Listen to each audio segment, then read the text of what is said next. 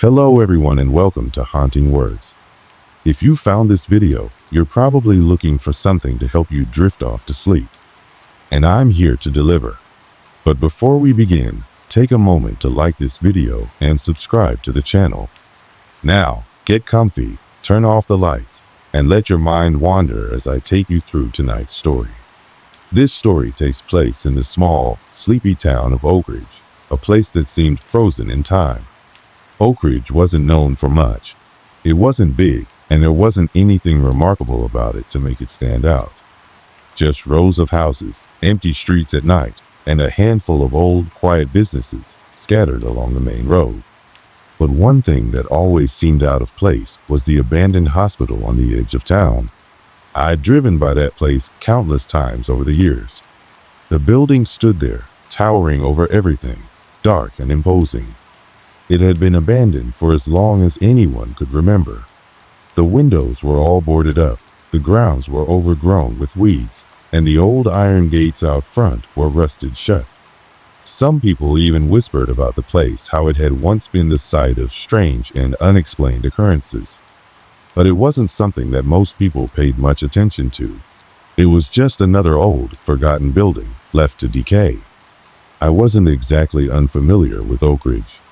I had grown up there, moved away for a while, and now at 28, I was back. I'd taken a job working at a local coffee shop, trying to figure out what I wanted to do with my life. Oak Ridge had a way of feeling familiar, almost too familiar. I had my old friends back, but they were a little different. We all had our separate lives, but there was this subtle comfort in being back where I'd grown up. It was the kind of town where nothing ever happened, and people didn't really question the past. But there was something about the abandoned hospital that always nagged at me. It was the first night back in Oak Ridge that I met Greg and Matt. They were new to the area, both in their mid-20s like me, and they'd come here from a much larger city, looking for a quieter life. We all met at the coffee shop where I worked, striking up a conversation over the dull hum of the espresso machine. They didn't seem like your typical newcomers. Greg was quiet, but had this restless energy, always looking for something, while Matt was more easygoing and laid back. But there was something about both of them that intrigued me. Matt had mentioned the hospital almost immediately, as if he'd been thinking about it long before we met. "You ever been inside?" he had asked me, looking out the window as though the building were lurking just beyond the horizon. I had chuckled, shaking my head. "No one's been inside for years. It's been abandoned since I was a kid. People just drive by and forget it's there." But Greg had different ideas. He seemed more drawn to it, fascinated by the mystery of the place. "That's what I don't get. Why is it still standing? Why hasn't anyone done anything with it? It's like everyone just pretends it's not there." I didn't know what to say to that, and truthfully, I wasn't sure I wanted to know. I had always avoided thinking about the hospital. It was just one of those things that everyone in town knew about, but no one ever discussed openly. The three of us quickly became friends, spending a lot of time together after work. The small town charm seemed to bring us closer, and the days turned into weeks. We'd go out for dinner, hike the nearby woods, and chat about life. But the abandoned hospital always seemed to come up in conversation, usually when Greg or Matt would bring it up again. I could tell they were both just itching to go there. The thought of the old building intrigued them, and they kept asking me if I'd ever thought about exploring it. Eventually, I gave in, even though something deep inside told me not to. One night, after the shop had closed, we found ourselves standing in front of the old gates. The building loomed in the distance, its silhouette bathed in the faint glow of the streetlights. The wind rustled the leaves of the overgrown trees, but there was no sound from the hospital itself. It looked even more eerie up close. The windows were completely covered with boards, and the paint on the walls was peeling in layers, exposing the weathered brick beneath. The iron gates that had once been a barrier to outsiders were now rusted shut, but the smaller side entrance had been pushed open. It was an invitation or a challenge, depending on how you looked at it. Standing there in the cold night air, I couldn't help but feel a sense of unease. There was no logical reason for me to be afraid, It was just an old building after all. But the place seemed wrong, like something that shouldn't be there, something that had been left untouched for a reason. Still, the curiosity that had been building in me for years slowly took over. With one last glance at Matt and Greg, I stepped through the side entrance. As we made our way inside, the air grew thick and musty, carrying the scent of old wood and mold. The floor creaked beneath our feet, and the silence was almost deafening. No one spoke at first, and it felt as if we were trespassing in some forgotten place, something that had been abandoned for a purpose. I wasn't sure why, but I suddenly had the sense that we were not alone. As we ventured deeper into the hospital's dark halls, the unsettling silence was broken only by the sound of our footsteps. There was no sign of anyone having been here for years. No lights, no signs of life, just dust, decay, and the remnants of a building that had once been full of people, full of stories. But as we turned down one corridor after another, the atmosphere began to feel more oppressive. The air grew colder, and the walls, once vibrant, were now faded and cracked, covered in layers of old paint that seemed to peel off with every step we took. We continued exploring the hospital that night, our flashlights flickering as we walked deeper into the dimly lit corridors. The silence was thick, like it had been waiting for us. I could feel the weight of the building pressing down on me, every creak of the old floorboards echoing like a warning. There was something off about the place, something I couldn't quite put my finger on. As we walked, Greg took the lead, his flashlight bouncing against the walls. He was a curious one, constantly looking around, as if expecting something to jump out at him. Matt, on the other hand, was quieter, content to follow and let the atmosphere speak for itself. I kept to the back, unsure of what we might find, but feeling the tension in the air growing thicker with every step we took. We had made it to what looked like a small, forgotten hallway at the back of the building. The paint was chipped and worn, and the walls had a layer of grime on them that made the air feel stale. But it was the temperature that I noticed first. It had been chilly outside, but inside, it was worse. The air was cold, unnaturally so, as though something was drawing the heat out of the room. I pulled my jacket tighter around me, but it didn't help. "Anyone else feel that?" Matt asked, his voice barely above a whisper. He wasn't usually one to speak unless he had something to say, but I could tell something was bothering him now. I nodded, my breath visible in the cold air. "Yeah, it's freezing in here." It wasn't this cold in the lobby. Greg, as always, was unfazed. "Maybe there's just a draft," he said, but his voice sounded strained. He tried to push through, but I could see the way he kept glancing over his shoulder, his flashlight darting to the shadows in the corners of the hall. It was when we reached the end of the hall that things started to get strange. The door at the far end of the hallway was ajar, and as we approached, I noticed a faint smell, like old metal, and something else I couldn't quite identify. It was a sharp, nauseating scent that made my stomach churn. I could see Greg's curiosity get the better of him as he pushed the door open. Inside, the room was small but completely empty. It looked like a storage closet, nothing out of the ordinary at first glance. But when I stepped inside, my flashlight flickered, casting shadows that seemed to stretch unnaturally along the walls. For a moment, I thought it was just the poor lighting playing tricks on me, but then I heard it. A faint sound, like scratching, coming from somewhere deep within the walls. I froze. It wasn't the sound of a rodent or a pipe shifting under pressure. This was something else, something deliberate, like nails scraping against something rough. "Did you hear that?" I whispered, my heart suddenly racing. Matt was already backing out of the room. His face was pale, his usual calm demeanor gone. "I don't like this. Let's go," he said, his voice barely audible. Greg, however, didn't seem to register the tension in the room.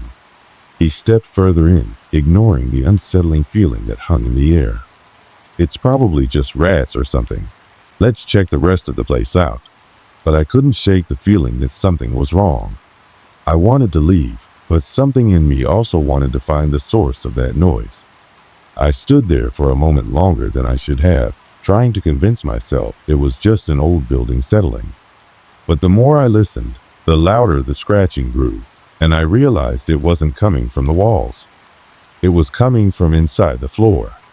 Before I could say anything, the flashlight in my hand went out, plunging me into darkness. I let out a quick gasp and fumbled with the switch, trying to get the light back on. Greg and Matt turned toward me, their own flashlights flicking nervously around the room. "What the hell?" I muttered under my breath. I finally managed to get my flashlight working again, but as the beam flickered back on, I saw something that made my stomach drop. On the floor in front of me, there was a small, faint stain. At first, I thought it was just more grime, but as I stepped closer, I realized it was dark, a deep shade of brown that almost looked too dark. Blood. I took a step back, my legs almost giving out beneath me. Matt noticed it too and immediately grabbed my arm, pulling me out of the room. "We need to get out of here," he said, his voice shaking. Greg still didn't seem fazed. "It's probably just an old stain, maybe from when they were renovating," Greg said, but I could hear the uncertainty in his voice. "We need to go now," Matt insisted, his grip tight on my arm as he pulled me toward the hallway. I don't know what Greg saw or heard in that moment, but his expression had changed. His face had gone white, his eyes wide, as if something was pressing in on him from all sides. He turned toward the door, then back to us, and suddenly the scratching noise started again. Louder this time, as if it was moving closer. It was coming from the floor beneath us. Is it moving?" I asked, barely able to breathe as the noise grew louder and more frantic. My heart was pounding, my breath shallow. The air was thick with fear, and I felt as though something was closing in on us. I wanted to run, but my legs were frozen in place. Then suddenly, a loud thud came from the floor below, followed by the sound of something heavy dragging itself along the concrete. "Guys, we need to go now," Matt said again, his voice firm and desperate. But before we could take another step, the flashlight flickered one last time and then completely died. We were left standing in the pitch black, surrounded by the oppressive silence of the hospital. It was at that moment that I realized we were no longer alone. The air felt thicker now, heavier with an oppressive, suffocating presence that seemed to weigh on my chest as we stood in that pitch black hallway. I couldn't hear anything beyond my own racing heartbeat, but the chill that had settled in the air was growing more intense by the second. My breath was visible, even though I had only been in the building for a short while, and the sensation of being watched seemed to wrap around me like a blanket. I could hear Matt's breathing shallow and fast beside me, his hand gripping mine tightly. "This isn't right," he whispered, his voice quivering with fear. I didn't need him to tell me, I could feel it too, a sense of impending doom hanging in the air, suffocating and inescapable.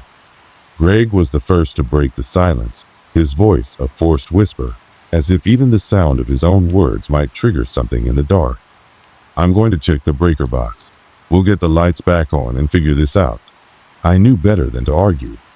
Greg had always been the brave one, the one who pushed ahead when the rest of us hesitated. But now, even his confidence seemed shaken. The way his flashlight trembled in his hand made me question whether he was truly as unfazed as he appeared. "Be careful," I said, my voice barely audible. Greg didn't respond, only motioning toward the darkened hallway leading to the electrical room. We stayed frozen in place, waiting in tense silence, our eyes adjusting to the darkness. The sound of our breathing seemed amplified, the steady thud of our hearts, the only rhythm we could focus on. Minutes passed, or maybe it was hours. I couldn't tell anymore. The silence stretched on, becoming unbearable, until finally we heard it, a faint sound, soft at first, like a distant footstep echoing from the shadows. "Did you hear that?" Matt hissed. His hand, still gripping mine, tightened with anxiety. I nodded, my throat dry. "Yeah, I heard it too. Another step. Louder this time." Greg had still not returned, and I felt my nerves unraveling. "Greg?" I called out, my voice shaking, but my words hung in the air, unanswered. Greg, Matt called again, his voice rising in panic. There was no response. I looked at Matt, my eyes wide with fear. We need to go find him.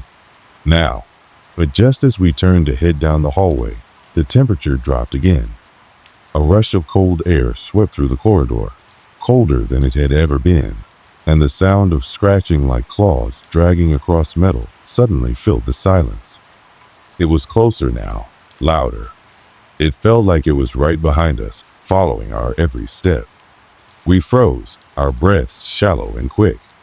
Matt turned to look at me, his face pale in the dim light. What the hell is that? I had no answer. I could only feel it, the presence closing in around us. The scratching continued, now accompanied by the sound of something dragging against the floor, something heavy, something unnatural. The noise was deafening, almost suffocating, and every nerve in my body screamed for us to run. Greg, I shouted again, my voice trembling. And then, out of nowhere, a loud crash echoed from the far end of the hallway. The sound of something heavy falling to the ground made my heart stop. Let's go, Matt said, pulling me with him as we sprinted toward the sound, the terror driving us forward. We reached the door to the electrical room, and I yanked it open. The room was dark, the only light coming from the dim glow of our flashlights. But Greg was nowhere to be seen. I felt a pang of dread in my chest. The room was in disarray, as if something had been searching through it, papers scattered across the floor, a chair overturned, and the faintest trace of a struggle. I stepped inside cautiously, my flashlight casting long, eerie shadows across the room. Greg? I called out, my voice strained with fear. There was no answer. But then I saw a small piece of paper, crumpled and torn, lying near the back wall. I bent down to pick it up, my fingers trembling as I unfolded it. It was a scrap from an old medical chart, nothing special, just a faded piece of paper with indecipherable scribbles on it. But at the bottom of the page, in a messy, hurried scrawl, there were 2 words that made my blood run cold. Get out. Greg's been here, I whispered, showing the paper to Matt. His face twisted with horror, and I could see his lips moving as though he was trying to speak, but no words came out. The scratching had stopped, but the air still felt wrong. I stood there for a long moment, staring at the crumpled paper in my hand, before the realization hit me Greg had been here, and whatever was happening in this hospital was much worse than we had thought. Matt suddenly grabbed my arm, his voice shaking. We need to leave. Now. This place. It's not just haunted. It's something else. Something worse. I nodded, and we quickly turned to leave the room. But before we could make it to the door, the temperature dropped again, more violently this time. It felt like a freezing wind swept through the hallway, biting at our skin as though we were standing in the middle of a blizzard. My breath came out in sharp clouds, and I had to fight the urge to run. The door slammed shut behind us with a deafening bang, the sound echoing through the hallway. Move, Matt shouted, grabbing my wrist as we stumbled backward. But then, just as quickly as it had appeared, the cold vanished, replaced by an oppressive heat that seemed to press in on us from every direction. Something's in here with us, I whispered, barely able to speak, the fear choking the words in my throat. Before we could react, the lights flickered back on. It wasn't just the lights that flickered, though. Everything in the building seemed to come alive with a sudden, unsettling energy. The walls trembled, and the floor beneath us groaned, as if the hospital itself was waking from a long, troubled sleep. We stood there, frozen, as the shadows grew longer, stretching out like fingers across the walls. And then, just as quickly as it had started, the building fell silent again. The lights went out. The temperature returned to the unbearable cold. I couldn't breathe. My chest tightened as the realization sank in. The silence that had descended on the hospital was thick with something sinister, something far worse than just a haunting. It wasn't just a ghost. Something darker had been awakened, something much older and far more malevolent. The walls, the floors, even the air seemed to pulse with a life of its own. It was as if the entire hospital was breathing in sync with us, waiting, watching, and anticipating what would happen next. Matt was trembling beside me, his hand clutched around mine, but it didn't feel like a reassuring hold anymore. It felt desperate, terrified, like he was holding on to me as if I could protect him. But I knew I couldn't protect anyone anymore. The sense of dread had solidified into something palpable, and every instinct in my body screamed that we needed to get out. We turned back down the hallway, instinctively heading toward the exit, but as we did, a strange noise echoed through the building, so sudden, so sharp, that it made both of us jump.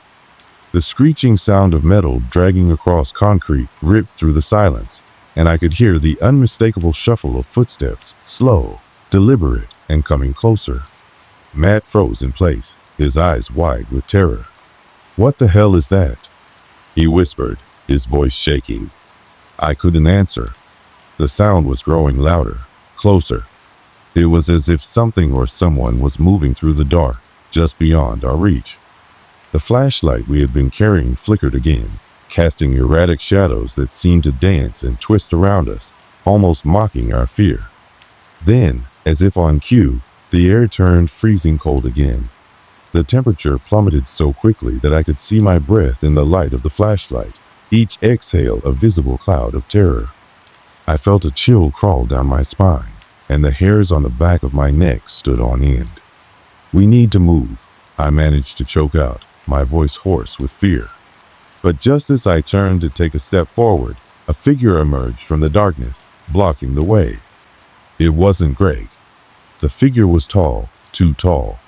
Its silhouette was like a shadow, dark, jagged, distorted, and yet somehow solid. It seemed to blend into the shadows around it, its form more like a dark silhouette than a human shape. But it wasn't human. I could feel it. A low, guttural growl resonated from its throat, a noise that seemed to shake the very foundations of the hospital. It was deep, animalistic, and filled with malice. And before I could even react, the thing's eyes glowed a sickly yellow light that pierced the darkness, locking onto mine like a predator stalking its prey. The thing took a step forward, its movement jerky and unnatural, as if it were struggling to maintain its form. It hissed, a sound so sharp it made my teeth ache. I could feel the presence of it, the darkness that emanated from it, the malevolent force that surrounded it like a shroud. I didn't need to be told twice. Adrenaline surged through my veins, pushing me into motion. But as I turned to flee, I felt a cold, iron grip close around my ankle. I screamed, my body jerking violently, but the grip tightened, dragging me backward. I turned, frantically trying to free myself, and found myself face to face with the thing. Its mouth was open, revealing rows of jagged, broken teeth, sharp and gleaming like knives in the dim light. "Let go of me," I screamed, my voice desperate. It didn't respond. Instead, it pulled me closer, its glowing eyes fixed on mine as it dragged me through the darkness. I kicked, screamed, and clawed at the floor, but nothing seemed to slow it down. It was as though my struggles had no effect. In the distance, I heard Matt's voice, frantic and panicked, but it was too far away. I couldn't see him anymore. I couldn't hear him clearly. Everything around me seemed to blur, the world spinning out of focus as I was pulled deeper into the shadows. Then, just as quickly as the grip had tightened, it released. I gasped for air, my chest heaving as I scrambled to my feet. The creature, it was still there, standing in front of me, its eyes gleaming with that sickly yellow glow. "Matt!" I screamed, my voice raw with fear. "Matt, where are you?" But there was no answer.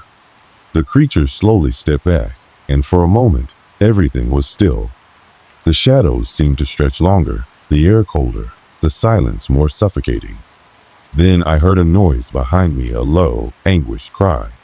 I spun around, heart racing, only to see Matt stumbling down the hallway toward me, his face pale, eyes wide with fear. But there was something wrong with him. His clothes were torn, his face covered in scratches, and his eyes were no longer the warm brown I had known. They were glowing just like the creature's. "No," I whispered, backing away from him in horror. "Matt?" I gasped. What happened? Are you okay? He didn't respond. Instead, he raised a hand, his fingers twitching as though he was trying to reach for me, but his body was trembling. His lips were moving, but the words that came out were unintelligible, garbled, as though something foreign had taken control of his voice. And then, before I could react, he lunged at me. I screamed, falling backward as whatever was controlling him, rushed toward me with inhuman speed. His face twisted in a grotesque snarl, his mouth stretched wide to reveal jagged teeth. Just as I thought it was the end, the thing in front of me, the one that had been watching us, moved. It didn't walk. It glided, sliding silently across the floor, faster than I could process.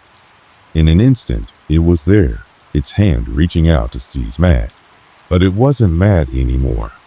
The creature's hand wrapped around his throat, lifting him off the ground with ease. His eyes went wide with terror, and for the first time since this nightmare had started, I saw something human in them, the recognition of what had happened, the realization of the monstrous force that had taken control. In the next instant, everything went black. The room, the hospital, everything went dark, as though the world itself had been swallowed whole. The last thing I heard was the sickening sound of cracking bones, and then nothing. When I came to, everything was eerily quiet. The kind of silence that suffocates you, where you can't even hear the sound of your own breathing. The last thing I remembered was the creature, Matt. Everything going dark. But now, I was lying on the cold, hard floor of the hospital, completely alone. I shot up, panic instantly gripping me. My heart pounded in my chest, the force of it nearly drowning out the whispers of the silence around me. I looked around, but all I saw was the decay of the hospital, peeling paint on the walls, shattered windows, and the thick layer of dust covering every surface. There was no sign of Matt, no sign of the creature. Everything was still. I tried to make sense of what had happened, but the pieces didn't fit. Had I escaped? Was it over? The burning question in my mind was whether I had survived the encounter, but I couldn't shake the feeling that it wasn't over. There was something wrong about the stillness. The air didn't feel quite right. I pushed myself to my feet, my legs weak beneath me, the exhaustion pulling at my every movement. Every instinct told me to leave, to get out of there, but I needed answers. I couldn't just walk away without knowing what had happened, what I had witnessed. I stumbled toward the hallway, my breath shallow, as my feet shuffled over the floor. Every shadow felt menacing, every corner seemed to hide something I couldn't see. But it wasn't the usual fear of being in a haunted place. This was different.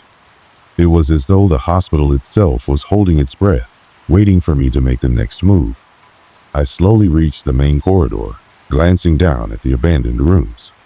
The farther I walked, the more the oppressive atmosphere seemed to tighten around me. It felt as though I were being followed, but whenever I turned to look behind me, nothing was there. Then I saw it. At the far end of the hallway stood a door, the only one that seemed undisturbed. It was slightly ajar, and through the crack, I saw a faint light flickering something so out of place in this dark, desolate place.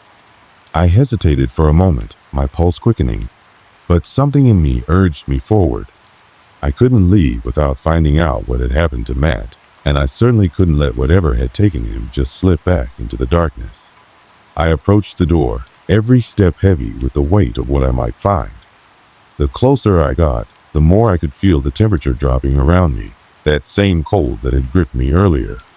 My breath fogged in front of me as I pushed the door open just enough to peek inside. What I saw froze me in place. The room beyond the door wasn't empty, as I had expected. It was dimly lit by a single flickering bulb. And in the middle of the room stood something I had hoped I would never see again. It was Matt, or what was left of him. He was standing there, motionless, staring straight ahead with those same glowing, empty eyes. The once warm brown eyes I had known were now hollow, replaced by that sickly yellow glow. His body was unnaturally still, like a mannequin or a puppet, and he wasn't alone. The thing that had taken control of him, the creature that had chased us, had torn through the hospital with a hunger that I couldn't comprehend was there too. It stood next to him, its jagged form blending into the shadows. But this time, it wasn't moving. It was just watching me. I opened my mouth, trying to call out to Matt, trying to bring him back, but no sound came. It was as if the air itself was holding my voice hostage. I could feel the tears rising, the helplessness swelling within me. The thought of him, trapped in that thing's grasp, broke something inside of me. I couldn't save him. Suddenly, Matt turned toward me. His movements were slow, deliberate, unnatural. His mouth opened, but instead of speaking, an eerie, low growl emerged from deep within his chest. It wasn't his voice, it was the creature's voice. The voice that had haunted us from the beginning. "You shouldn't have come back," the thing hissed, its voice sending a chill down my spine. I stumbled back, my breath coming in shallow gasps. I felt the walls pressing in on me again, the suffocating weight of it all. I had no plan, no idea what to do. The room felt alive with malevolence, the very air thick with dread.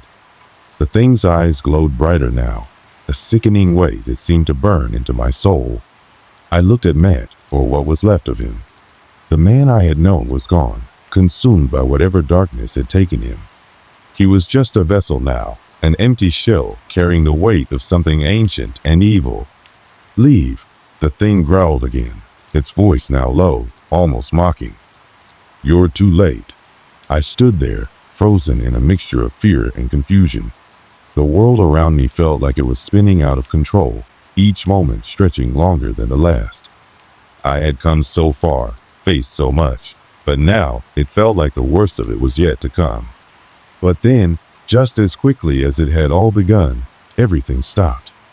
The room went silent, the flickering bulb above me died, and the temperature shot up again.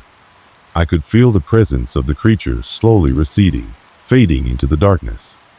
The glow in Matt's eyes slowly dimmed, and with it, the unnatural stillness that had enveloped him.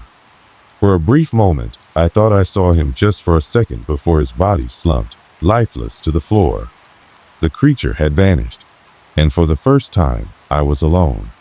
I stood there for what felt like an eternity, trying to make sense of what had just happened. I wanted to scream, to shout at the world for taking Matt, for trapping us in this nightmare. But the only sound that came out of my mouth was a sob or raw, painful cry of loss. I had survived, but at what cost? I didn't know if I had truly escaped. The feeling of dread still lingered in the air, hanging thick like smoke. Was it really over? Was Matt gone forever, or had the hospital just shifted its grip on us, pulling us deeper into its twisted embrace? With one last look at the empty, silent room, I turned and walked out of the hospital. The streets outside were quiet, too quiet. But I didn't care. All I wanted was to leave, to get as far away from that place as possible. It didn't matter if the answers remained unanswered. All I knew was that I had walked into the nightmare, and I had walked out of it, but the scars it left behind would haunt me forever. Would it ever truly be over? Maybe, or maybe not. I didn't know, but I had lived, and that, for now, was enough. The days following my escape from the hospital blurred together. I tried to return to normal life, but normal felt impossible. Every shadow, every unfamiliar creak in the floorboards sent a jolt of fear through me. Even in the quiet of my own home, I could feel the hospital's darkness clinging to me. It followed me in my dreams, wrapped itself around my thoughts when I was awake. I couldn't stop thinking about Matt, the way he'd looked at me before, the way he'd sounded, that growl. I had known him for years, and now I couldn't recognize the person he'd become. The creature had taken him, had used him to carry out its will, and there was nothing I could have done to save him. Some days, I would sit in my room and stare at the walls, trying to piece together the fragments of that night. Why had I returned to the hospital? Why had I even thought I could face whatever was there? Was it curiosity? Fear? A desire for answers? But in the end, all I had was a memory of Matt's lifeless body and the lingering sense that something was still out there. Something that wasn't quite finished with me yet. As the weeks passed, I began to feel the weight of the unanswered questions. The hospital had been abandoned for decades, but it still held a power, a presence that I couldn't explain. What had that place once been? Why had it been left to rot? There had to be a reason behind the horrors we had witnessed, a reason behind the creature's existence. But no matter how much I searched, there were no answers, just more questions. I visited the hospital once more, alone. I didn't go inside, but I stood at the entrance, staring at the crumbling building. It felt different now. It was as if the very air around it had shifted, as though the place was no longer holding its breath, waiting for something. It felt empty, hollow. But I knew better. I could feel it in my bones, the same cold, oppressive weight that had gripped me during those final moments with Matt. The creature may have been gone, but something remained. Something dark. I left the hospital that day, not looking back, and I didn't return. But the nightmares didn't stop. They were different now. Instead of seeing Matt's face, I would hear that growl, feel that presence beside me, lurking just out of sight. I tried to tell myself it was just my mind, playing tricks on me, but deep down, I knew the truth. The hospital had left its mark on me, and no matter how far I ran, no matter how much time passed, I would never escape it. I had survived, but at what cost? It wasn't just the memories of Matt or the terror of the creature that haunted me. It was the feeling that something was unfinished, that the hospital was never truly abandoned. Something had stirred in that place, something ancient and twisted, and I had walked away with a piece of it in me. The darkness I had encountered wasn't just a physical presence, it had seeped into me, wrapped itself around my soul.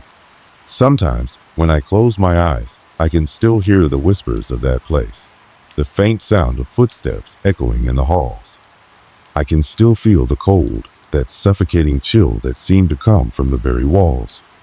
I don't know if I'll ever truly be free of it. There are those who would say it was just a nightmare, just an illusion, that the mind can play tricks on you when you're faced with fear. But I know the truth. I know what I saw, and I know what I felt. The hospital may have been abandoned, but some places never truly die. They linger, hidden in the shadows, waiting for the next person to stumble upon them. And I fear that, one day, someone else will wander into that place, just as I did, and they will never leave. As for me, I will continue to live with the aftermath. I will carry the memories of that night with me, always. And I will never forget the creature, or the way Matt had looked at me, or the weight of the hospital's gaze as it bore down on me, even after I had left its walls. Some things can't be undone. Some things, once seen, can never be forgotten. And no matter how far I go, I will always feel that lingering presence, waiting just beyond the edge of my perception, reminding me that some doors should never be opened, and some places should never be explored.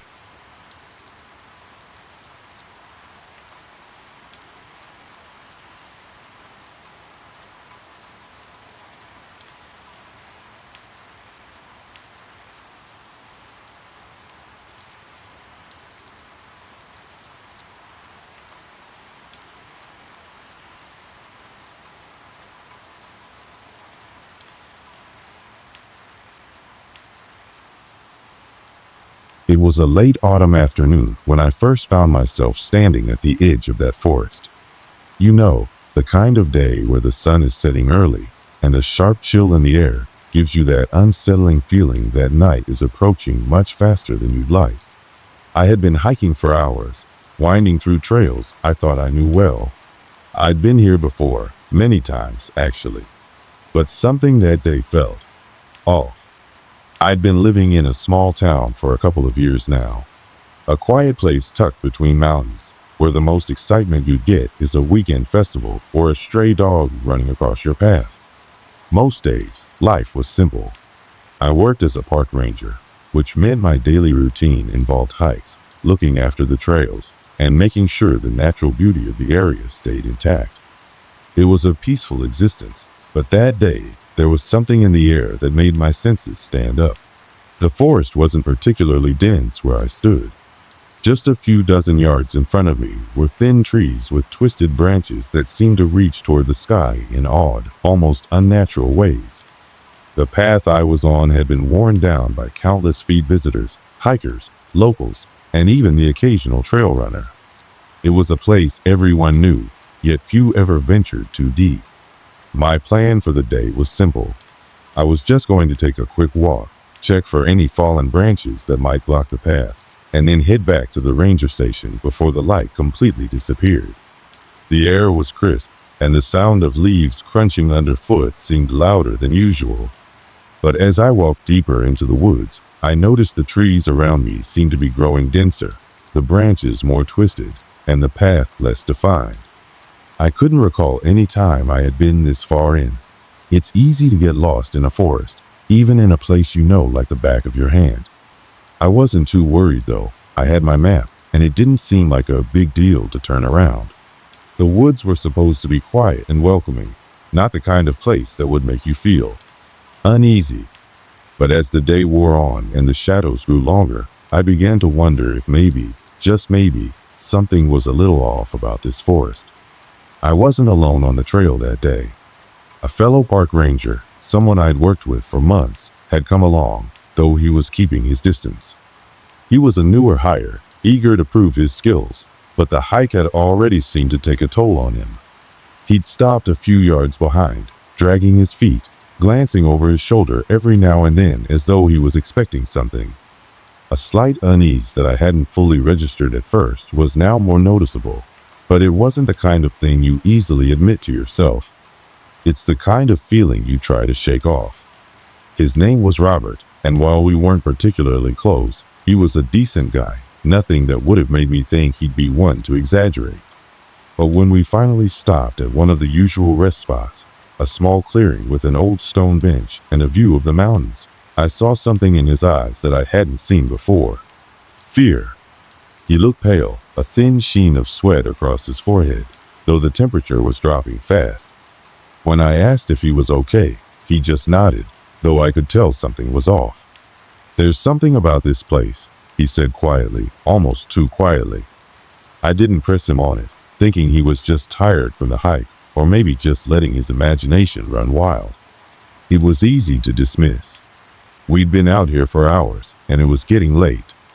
I was beginning to think it was time to turn back. But just as I was about to suggest we head home, the wind shifted, a cold gust that seemed to whip through the trees with a force I hadn't felt before. The air suddenly felt heavier, like something was watching us, a subtle change, almost imperceptible, but it made the hairs on the back of my neck stand up. Robert's gaze flickered to the trees, his body stiffening. "Did you hear that?" he asked, his voice barely a whisper. I didn't hear anything at first, but the moment he spoke, I felt it, the pressure in the air, the subtle hum that seemed to rise from the forest floor. It wasn't just the usual sounds of nature. This felt different, like something was moving just beyond the tree line, something I couldn't see but could almost sense. I looked at him, unsure of what he was getting at.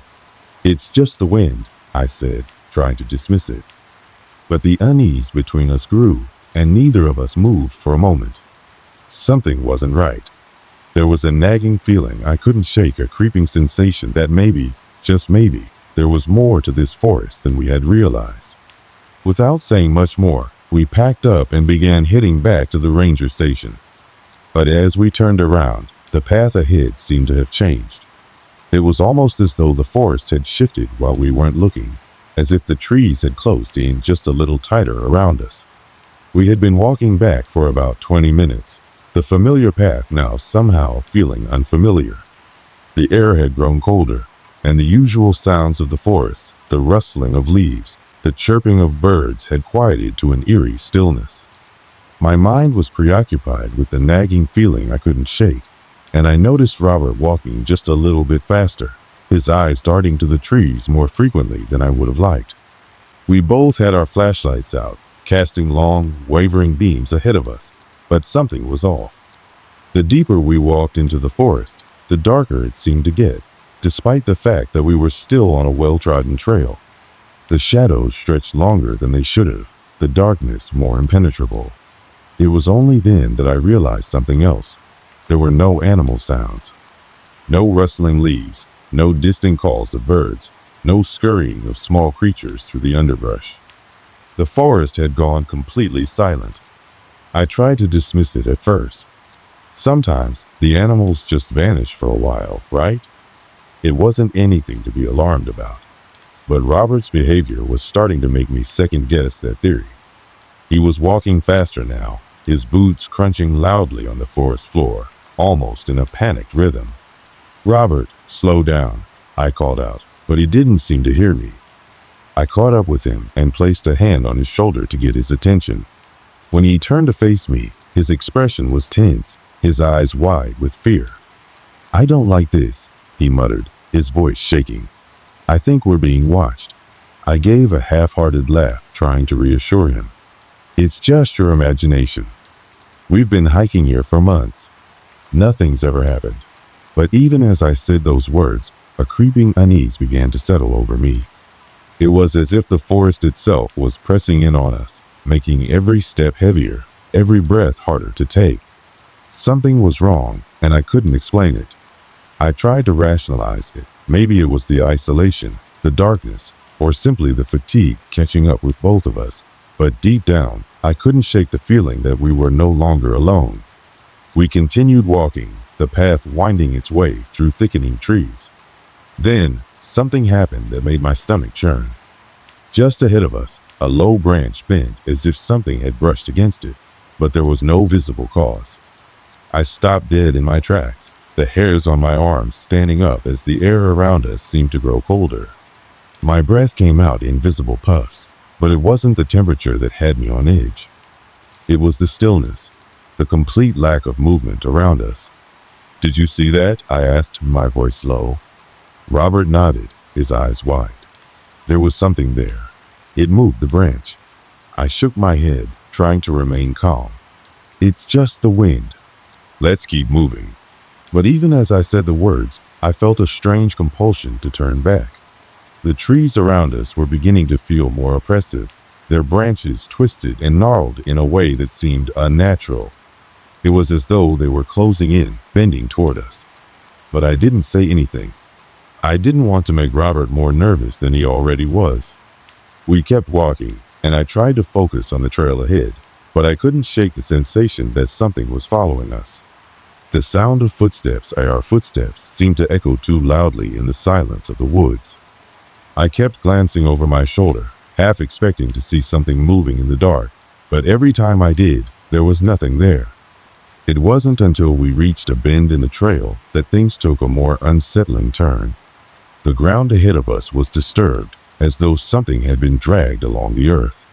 Deep gouges scarred the soil, and there were marks almost like scratches on the trees around us. They looked fresh, as if they had been made only hours ago. I knelt down, running my fingers over the deep grooves in the dirt.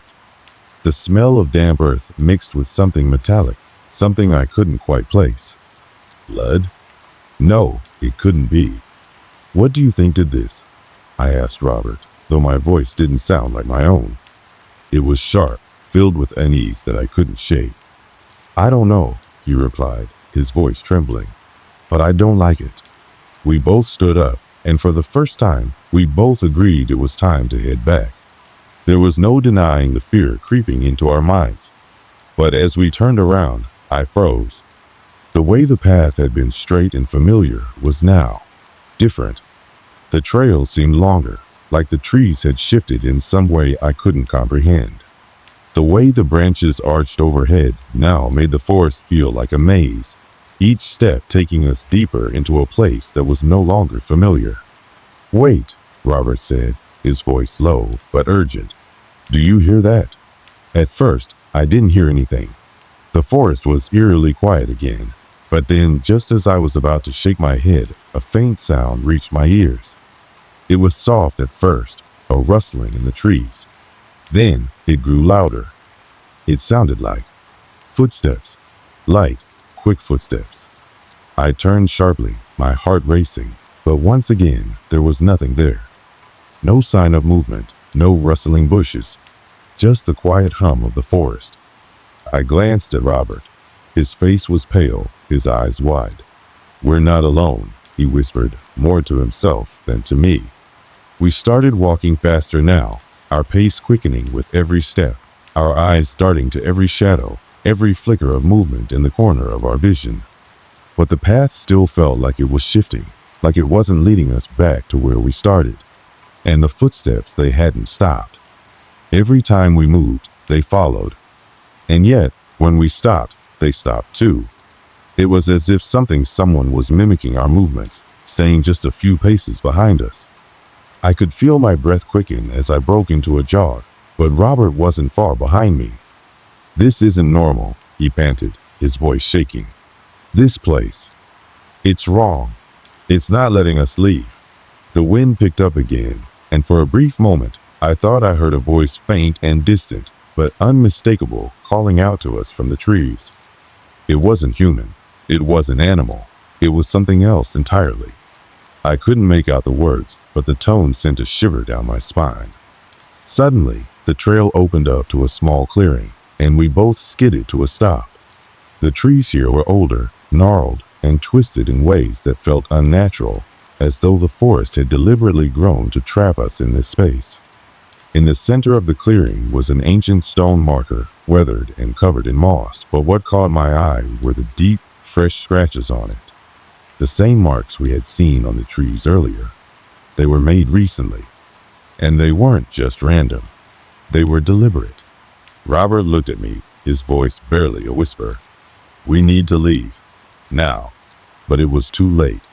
The silence that had once settled over us grew heavier, and the air seemed to tighten, suffocating. The night was falling faster than I expected, the shadows stretching further as if the forest itself was devouring the last remnants of light. The path seemed endless, and every turn I made felt wrong. Robert was silent now, his breathing shallow, his eyes flicking nervously to the trees around us. He walked just behind me, his footsteps echoing far too loudly in the silence. The only sound we could hear was the faint rustling of the leaves underfoot, but even that sounded off, like the forest was alive, listening to us, waiting for something.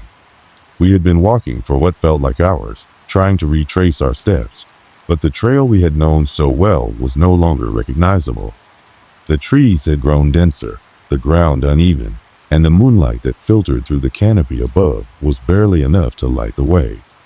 I had no idea where we were anymore, and with every passing minute, the sinking feeling in my gut deepened. The forest felt like it was closing in on us. "I don't like this," Robert muttered, his voice trembling. "Something's wrong. It's like we're walking in circles." I turned to him, trying to remain calm despite the rising panic inside me. "We just need to keep going. We'll find the way out, I'm sure of it." But I wasn't sure of anything. The trees that lined the trail weren't just trees anymore. They were watching us, their gnarled branches twisting in unnatural ways, as though reaching for us. The air had grown heavy, thick with something I couldn't name. The silence was deafening, a kind of oppressive quiet that made every step feel like a violation of the peace around us. Then it happened again. A low crack, followed by the sound of something heavy dragging across the ground. My heart leaped into my throat, and I spun around, expecting to see some wild animal or even a person stumbling behind us. But there was nothing except the oppressive darkness and the cold, damp air that clung to my skin. "Did you hear that?" I whispered, my voice barely audible. Robert nodded, his eyes wide with fear. "I heard it." We stood frozen for a long moment, listening to the night. The sound came again, faint but unmistakable. It was closer this time, like whatever was out there was moving toward us. "We need to find shelter," Robert said urgently, his voice sharp with fear. "We can't keep walking like this. There's something out there." I agreed, though I didn't know where we could hide. We weren't in a place that was familiar to either of us. The forest seemed to stretch on endlessly, the path curving and bending in ways that defied logic. It was as if the trees were deliberately guiding us further into their depths, trapping us with every step. We came to a small clearing, one that I hadn't seen before. It was strange, too perfect in its isolation. The trees formed a kind of natural barrier around it, as though they were deliberately protecting this spot from the outside world. In the center of the clearing stood a large rock, its surface worn and smooth from years of exposure to the elements. It was the kind of rock you might find in any forest, but something about it felt wrong. The air around it was thick, dense, as though the very ground it stood on was heavy with secrets.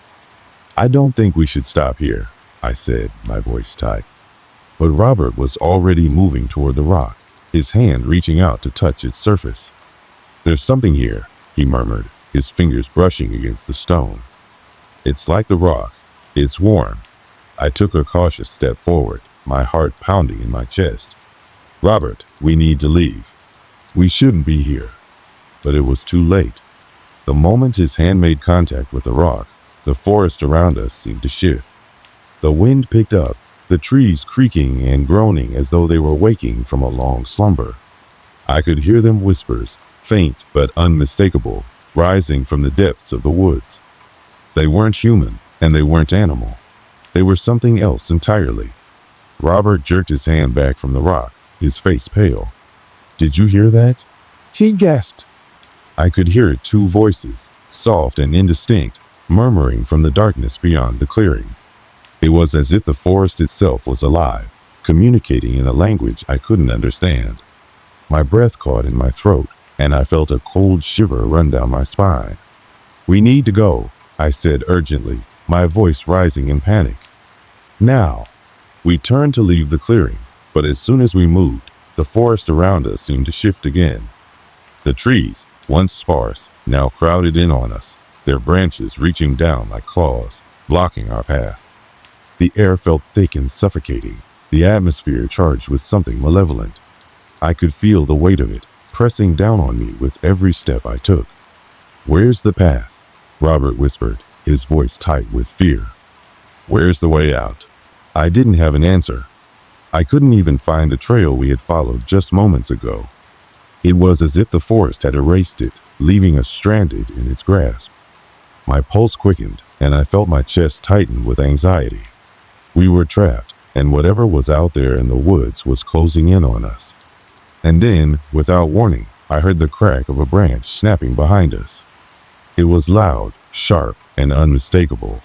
I whipped around, my heart pounding in my chest, but there was nothing but the dense darkness of the trees. "It's getting closer," Robert muttered, his voice barely a whisper. "It's following us." I grabbed his arm, pulling him toward the direction we had come from.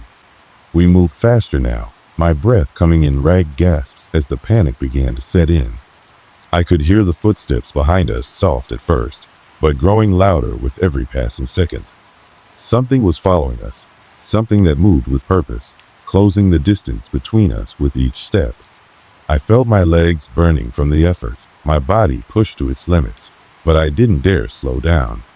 The sound of footsteps grew louder still, now joined by a faint rustling, like something large was moving through the underbrush. I glanced over my shoulder, expecting to see something emerging from the darkness. But there was nothing. No creature, no shadow, just the trees. It was then that I saw it, the faintest outline of something in the distance, moving among the trees. It was tall, too tall, and its shape was wrong. I couldn't make it out clearly, but I knew without a doubt that it wasn't human. "Run!" I shouted, my voice breaking with terror. "Run!" But Robert didn't need any more encouragement. We both sprinted through the trees, our hearts pounding in our chests as we pushed forward, desperate to escape whatever was pursuing us. The sound of footsteps was relentless, growing louder, faster, but every time I turned to look behind us, I saw nothing. The forest was empty, but for the growing sense of dread that wrapped itself around us. We didn't stop. We couldn't stop. The forest was no longer just a place we were passing through. It had become a predator, and we were its prey. We were running blind now, our legs aching, breath ragged as we dashed through the trees, never daring to look back. The sounds of pursuit had grown louder, more pronounced, until it was impossible to ignore the unmistakable rhythm of something moving rapidly through the woods, matching our frantic pace. It wasn't the rustling of the wind, nor the shifting of branches. It was a heavy, deliberate sound. Something large. Something fast. I could feel Robert's presence beside me, but his breathing had become more labored. His footsteps staggered, like he was slowing down. I grabbed his arm, pulling him forward. "Keep going. Don't stop." I can't. I can't." His voice cracked, and I could feel the panic in him. The fear was infectious. We were both trapped in a nightmare that I couldn't wake from. The trees grew closer, their branches clawing at us, the air thick with an unnatural humidity, the smell of damp earth and decay. It was as though the forest itself had become hostile, every shadow, every sound now an enemy. I couldn't focus. I couldn't think. Only run. Only survive. And then, it happened. We reached the edge of the clearing again, the same one we had passed earlier. But this time, something was different. The rock in the center of the clearing was no longer just a rock. It had changed. The surface, once smooth, now seemed jagged, as though it had been cracked open from the inside. Dark, oozing tendrils of something black and tar-like were dripping from it, spreading across the ground, twisting like serpents, crawling toward us. I stumbled, nearly falling as I tried to avoid the dark substance. I felt Robert's hand on my arm, pulling me away from the clearing, but his grip was weak. I turned to see him, his face pale, his eyes wide in terror. "Look," he gasped. I turned in the direction he pointed, my stomach dropping at the sight. From the trees emerged a figure. At first, it was just a shadow, a tall, thin silhouette moving fluidly through the darkness. But as it drew closer, it became clear that it was something much worse. It was human in shape, but its features were twisted, wrong. Its limbs were too long, too thin, like they had been stretched beyond their natural limits. Its face was a mask of darkness, with only two glowing eyes peering out from the blackness. I couldn't make out its mouth, its nose, anything else. It was just an empty void, a nightmare made flesh. It stepped forward, the ground seeming to shudder beneath it, as if the earth itself was reacting to its presence. The air grew colder, and I could feel a thick, oppressive weight bearing down on me. I couldn't breathe. I couldn't move. I was frozen in place by a fear I had never known. Robert, however, couldn't take it. He broke free from my grip and ran, his legs moving before his mind could register what was happening.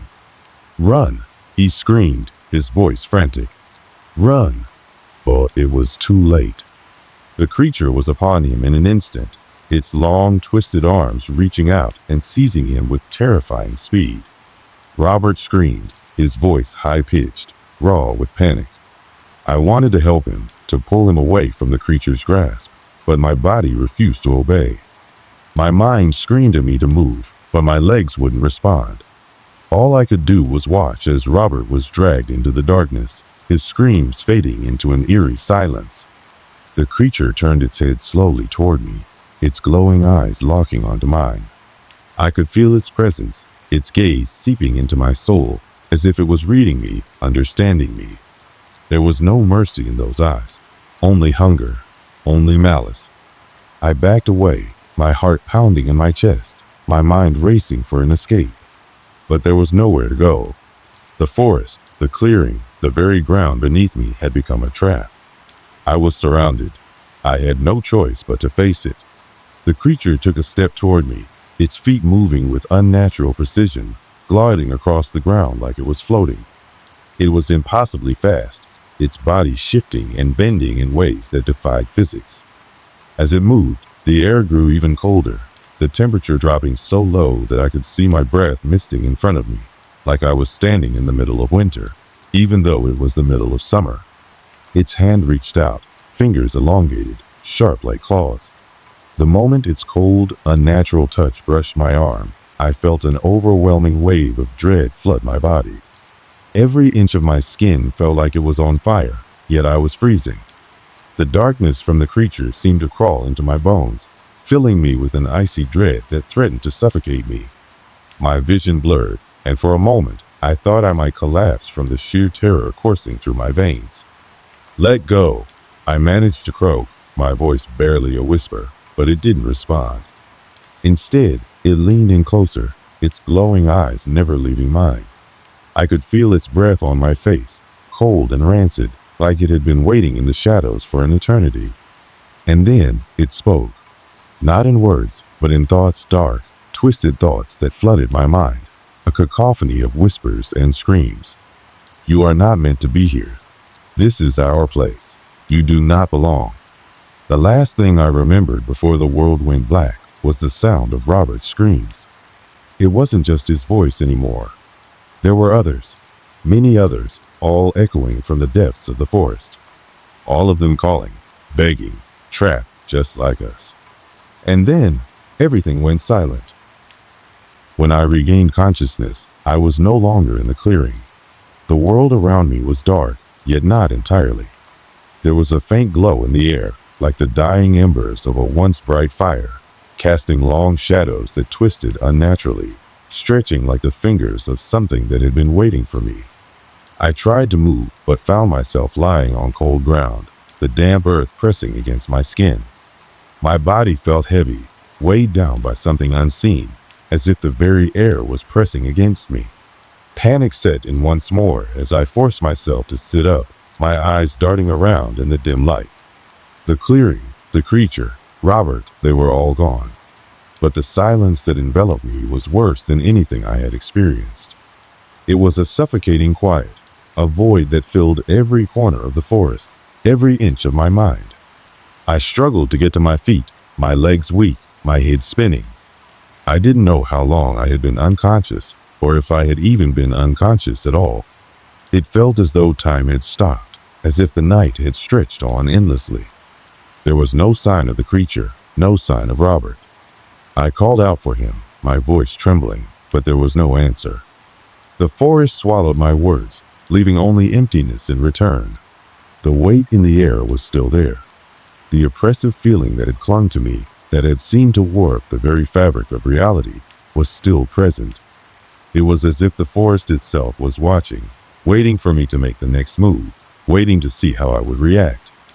I could still feel it, that dark presence lurking just beyond my reach, as if it had never truly gone. I took a few hesitant steps forward, my eyes scanning the trees, the underbrush, anything that might offer some clue as to what had happened. The path I had been following was gone, swallowed up by the twisted foliage, the shifting trees that seemed to move when I wasn't looking. I couldn't trust anything around me anymore. The forest had become a maze, a trap that I couldn't escape from. The more I walked, the more I began to doubt my own senses. Was I really here? Was this all some twisted dream? The ground beneath my feet felt soft, almost spongy, like it was alive, like it was breathing with me. The air was thick with moisture, heavy and stagnant, but there was something else mixed into it, a stench of rot, of decay, that made my stomach turn. I stumbled forward, my mind racing. What had happened to Robert? Had he been taken? Had the creature claimed him, just like it had claimed the others? The whispers of those trapped souls, their voices echoing in my head, refused to fade. They were with me, all of them, their despair pressing against me like a physical weight. I couldn't escape them, not as long as I was in this place. Suddenly, I heard something crack, a twig snapping underfoot. I froze, my heart hammering in my chest. I wasn't alone. I slowly turned, my breath caught in my throat, and there, standing just beyond the trees, was a figure. I could barely make out its shape, its outline, but it was there. It was watching me, silent, motionless. The figure stepped forward, its movements slow and deliberate. My heart raced as it came into the dim light, and I realized too late that it wasn't Robert. It wasn't human either. It was the creature, but not the same. It was something worse.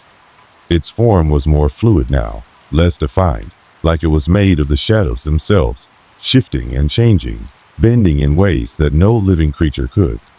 Its eyes, those glowing, malevolent eyes, were the same, but they seemed larger now, brighter, as if they were burning with a hunger that I couldn't even begin to comprehend. I backed away, my legs shaking beneath me, but it followed, its long, unnatural limbs stretching, reaching toward me. The air around it grew colder, the temperature dropping so fast that I could see my breath misting in front of me. I could feel the darkness closing in, the forest pressing against me from all sides.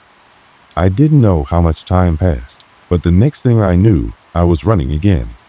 My legs moved instinctively, my body propelled by pure survival instinct. I didn't know where I was going. I didn't know where I could go. All I knew was that I had to keep moving, that if I stopped, I would be swallowed up by the darkness. I pushed through the underbrush, barely seeing where I was going, my breath coming in ragged gasps. The forest seemed endless, a labyrinth of trees and shadows. But then, just as suddenly as it had begun, the ground beneath my feet seemed to shift. I stumbled, my foot catching on something, and I fell. My hands scraped the rough ground, but I didn't stop. I couldn't stop. I managed to push myself to my knees, looking around frantically, and that's when I saw a faint light in the distance, like the soft glow of a lantern. It wasn't much, but it was enough. It was my way out. With a renewed surge of energy, I crawled toward the light, my limbs weak, my body battered and bruised from the chase. The darkness was closing in behind me, but the light ahead seemed to draw me in, like a beacon of hope in the midst of despair. When I finally reached it, I found myself standing at the edge of the forest. The trees parted, and there, just beyond the tree line, was the familiar trail, the path I had been on before, unmarked, untouched, as though nothing had happened. But I knew better. I knew that the forest had left its mark on me. I turned to look back, expecting to see the creature, expecting to feel the weight of its presence pressing against me, but the forest was empty. The clearing, the creature, the darkness, they were all gone. I was alone, standing in the quiet of the night, the only sound the wind rustling through the trees. But something had changed. The forest had left its imprint on me, in my mind, in my soul. I could still hear the whispers, feel the cold breath on the back of my neck. I couldn't shake the feeling that it was watching me, waiting for me to return. As I walked away from the forest, the memories of the night lingered in my mind, like a shadow I couldn't escape. I didn't know if Robert had survived, or if anyone else had. I didn't know if the creature would return, or if the forest would ever release me from its grip. All I knew was that I had escaped. For now. But I couldn't forget. I couldn't move on. The days that followed my escape from the forest were a blur, marked by restless nights and an unshakable sense of dread. No matter how much I tried to convince myself that it was over, that I had left the terror behind, I knew deep down that I could never truly escape. The memories of what had happened, the faces of the lost souls, the eyes of the creature, lingered with me, creeping into every moment, twisting my thoughts. At first, I tried to return to my normal life, to forget the nightmare that had unfolded in the depths of that haunted forest. I threw myself into work, kept my mind busy, and tried to go through the motions. But no matter how hard I tried, I couldn't shake the feeling that something was wrong. Every time I stepped outside, the forest seemed to call to me, its dark presence lingering on the edge of my mind. It was as if the very air around me had been tainted by the horrors I had witnessed. I began to withdraw from my friends, from the world. I couldn't bear to hear their voices, couldn't stand their questions about how I was doing. They all thought I was fine, that I had made it out of that place unscathed. They didn't know what it had done to me, how it had marked me, body and soul. It wasn't just the nightmares that haunted me. It was the whispers. The whispers I couldn't ignore, no matter how hard I tried. Late at night, when the house was silent, I would hear them faint, distant voices, like the wind moving through the trees. They would start softly, barely audible, but over time, they grew louder, more insistent, until I could no longer distinguish them from my own thoughts. They weren't just in my mind, though. Sometimes, in the quietest moments, I would hear them in the air around me, soft, desperate voices, begging for release. I thought I had left the forest behind, but the truth was, it had never left me. Every time I closed my eyes, I saw the faces of the lost souls, their eyes hollow and vacant, staring at me, reaching out, as if they were still trapped in that same endless loop. I couldn't escape them. And in the dead of night, when the wind howled through the trees, I could still feel it, the weight of the creature's gaze. the oppressive darkness that pressed in from all sides. I began to wonder if I had truly escaped at all. The forest, it seemed, had a way of following you, of imprinting itself on your soul. Maybe it wasn't just a physical place. Maybe it was something deeper, something that would never let go, no matter how far you ran. Then, one evening, as I sat alone in my living room, the lights flickering overhead, I felt it again, the cold, suffocating presence. It was subtle at first, like the stir of a breeze, but it quickly grew stronger, heavier, like a shadow falling over the room. I looked around, but there was nothing there. I told myself it was just my mind playing tricks on me, the remnants of the trauma I had experienced. But deep down, I knew the truth. The whispers returned, louder now, clearer. They were calling to me, beckoning me, pulling me towards something I couldn't understand. I tried to ignore them, to push them away, but they were relentless. The faces of the souls I had seen in the forest flashed in my mind, their mouths opening, their silent screams echoing in my ears. I could feel them, feel their presence all around me. They were trapped, just like I had been, and they were begging for someone to free them. I couldn't stop it. I couldn't stop the pull, the urge to return. The forest had marked me, and now it was calling me back. I stood up from the chair, my hands trembling, my breath coming in short gasps. I had to go back. I had to find the answers, or else the whispers would never stop. The fear in my chest was overwhelming, but it was nothing compared to the terror of being left with the unknown. When I reached the edge of the forest, the sky had already darkened, casting long, menacing shadows across the trees. The air was thick with the same oppressive feeling I had felt that night, the weight of something ancient and malevolent pressing down on me. The path that I had walked so many days before was still there, unmarked, unchanged. But it felt different now. It felt like a threshold, a boundary I couldn't cross without consequences. I hesitated for a moment, standing at the edge of the trees, the sounds of the forest swirling around me. The wind picked up, rustling the leaves, but there was something else, a faint, indistinguishable sound, like the faint murmur of voices too far away to make out. I couldn't tell if they were real or if it was just my mind playing tricks on me, but I knew one thing for sure. The forest had never really let me go. I stepped forward, one foot after the other, my heart pounding in my chest. The trees closed in around me, the darkness enveloping me once more. I had returned to the place that had haunted me, and now I had no choice but to face whatever lay waiting for me. But as I walked deeper into the forest, I realized something. The whispers, the voices, everything I had felt hadn't just been in my mind. They were real. The forest, the creature, the souls, it was all still there. And now I was a part of it, bound to it in ways I couldn't explain. Maybe the forest had claimed me too. Maybe there was no escape.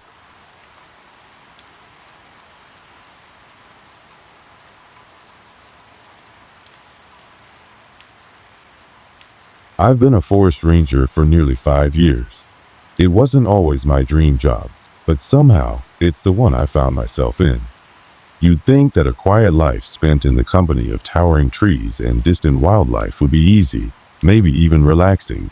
But there's something about the solitude that sticks with you. The forest has its own rhythm, its own strange pulse. I didn't know it back then, but it was only a matter of time before I would feel that pulse in ways I never could have imagined. It was late autumn when I took the position at this particular forest station. Nestled in the northern hills, it was isolated from any major towns, so getting there meant traversing miles of winding roads and dense woods. The kind of place most people would think of as a quiet retreat, but to me, it was home for the next few months. The station itself was nothing special, basic wooden structure, a small kitchen, a couple of rooms with enough space for a cot and desk, and an office for paperwork. The kind of place that doesn't bother you, but also doesn't inspire any sense of wonder. I remember the first day I arrived. The wind was sharp, biting through my jacket as I unloaded my things. I was told that the previous ranger had left without explanation. A small, nonchalant detail that didn't make me think twice. It was a position that needed filling, and I was glad to have the job. As the days passed, I settled into a routine. I'd check the trails, make sure the wildlife was behaving as it should, and do my best to keep the forest in good condition. But there was one thing that always seemed to weigh on me: the silence. It wasn't the kind of silence you'd expect from a forest. It was heavier, suffocating in a way that made me feel like I was being watched. I'd hike the miles of trails and watch as the animals went about their business, none of them paying me any mind. Deer, squirrels, the occasional fox. But there were no birds, no chirping in the trees, no rustling leaves. It was strange, and I'd ask myself why the forest was so quiet. It seemed as if something was holding its breath, waiting for something or someone. The first few days weren't so bad. I'd wake up, make coffee, and head out to do my rounds. Sometimes I'd stop by the small lake near the edge of the forest and sit for a while, just taking in the view. It wasn't much, but it was peaceful. At least, that's what I thought. In the evenings, I'd retreat back to the station, grab a bite to eat, and check in with the forestry department over the radio. The conversations were usually short and impersonal. Everyone was busy with their own stations, so there wasn't much to talk about. But one evening, as I was finishing up my work, something strange happened.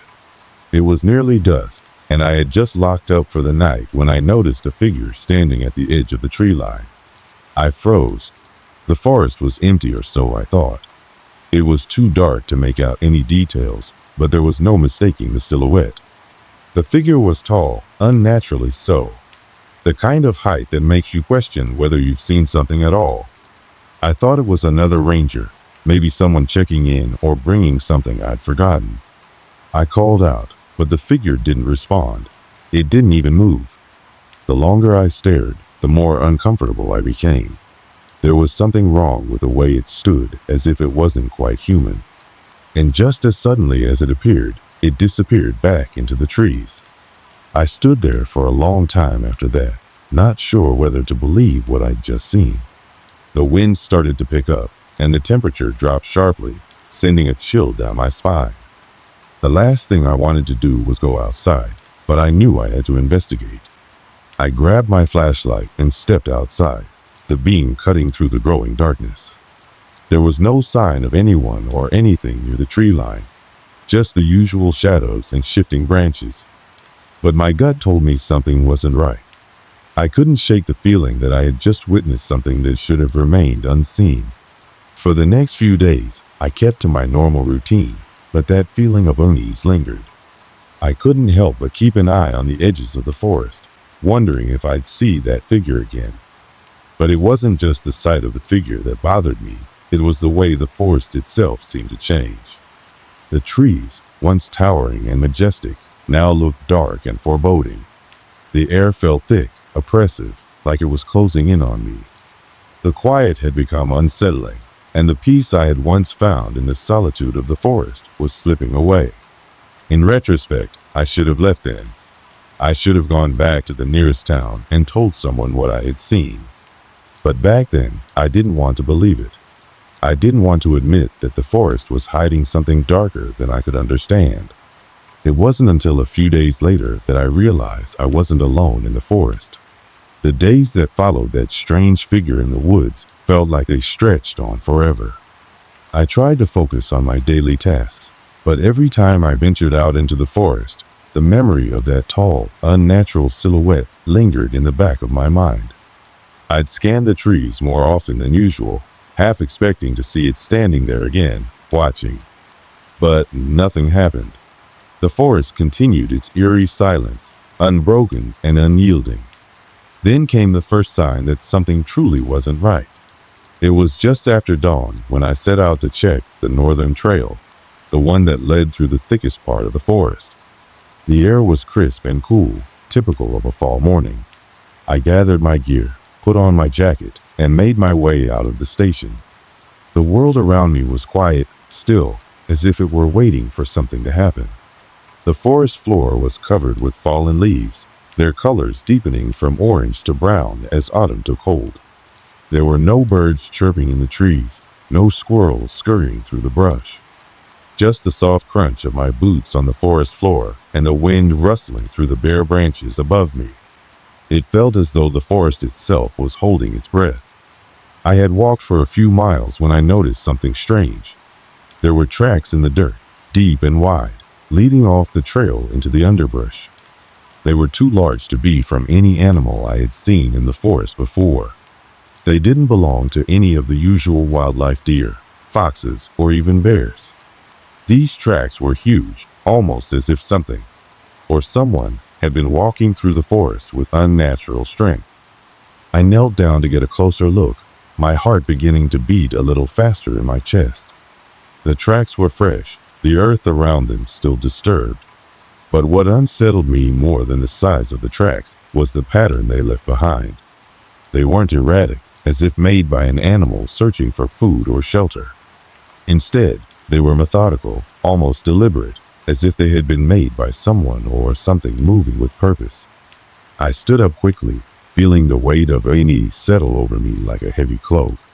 I didn't know what to make of the tracks. I wasn't exactly a wildlife expert, but I'd been in enough forest to know that those weren't normal. I glanced around, scanning the area, but there was no sign of anything else, no broken branches or disturbed leaves. It was as if whatever had made those tracks had simply vanished into the air. I couldn't shake the feeling that I was being watched. Trying to brush off the feeling, I continued down the trail, but the quiet around me seemed even heavier now. The air felt thick, oppressive, like it was closing in. Every step I took seemed to echo in the stillness, and the further I walked, the more I felt the weight of something unseen bearing down on me. As I reached the northern edge of the trail, something caught my eye, a flash of movement, just outside the reach of my flashlight's beam. It was quick, a blur of dark shadows, and I turned toward it instinctively, my heart pounding in my chest. But when I looked, there was nothing. The forest stood still, unmoving, as though nothing had happened at all. When I finally made it back to the station that evening, I was on edge. The tracks still lingered in my mind, along with that fleeting glimpse of movement at the edge of the trees. I tried to tell myself it was nothing, a trick of the light, the shadows playing tricks on my eyes. But deep down, I knew something wasn't right. The forest had a way of making you doubt your senses, twisting your perception until you couldn't trust your own thoughts. That night, I tried to shake it off. I had a simple dinner, went through the motions of cleaning up, and sat down at my desk to check in with the forestry department. The radio crackled to life with the usual updates, weather reports, trail conditions, nothing out of the ordinary. But just as I was about to switch off the radio, I heard something that made my blood run cold. A voice, faint and distant, cutting through the static. It wasn't a voice I recognized, and it wasn't coming from the other end of the line. It was coming from the forest. At first, I thought it was the wind, some strange noise carried by the breeze. But it wasn't like any wind I had ever heard. It was a voice soft and distant, but unmistakably human. The words were incomprehensible, drowned out by the static, but the tone was clear enough. It wasn't a call for help or a message. It was whispering, a low murmur that sent shivers down my spine. I froze, staring at the radio. The voice continued for a few moments, growing fainter until it disappeared completely, leaving nothing but static in its wake. My hand was shaking as I set the receiver back down on the desk, unsure of what I had just heard. I checked the radio again, making sure the connection was still intact, but everything seemed normal. No signs of malfunction. No more strange voices. But I couldn't stop thinking about it. Who had been out there? And more importantly, why had they been so close? The voice was faint, but it was clear enough to make me feel like someone or something was trying to reach me. That night, I couldn't sleep. I kept thinking about the tracks, the shadows in the trees, and the voice. I had been trained to handle strange situations in the woods, but this felt different. The forest wasn't just quiet now. It was alive with something I couldn't understand. The next morning, I went back out to the northern trail, hoping to find some kind of explanation. But when I arrived, the tracks were gone. There was no sign of the large, strange marks I had found the day before. The ground was undisturbed, as if nothing had ever happened. I stood there for a long time, staring at the spot where the tracks had been.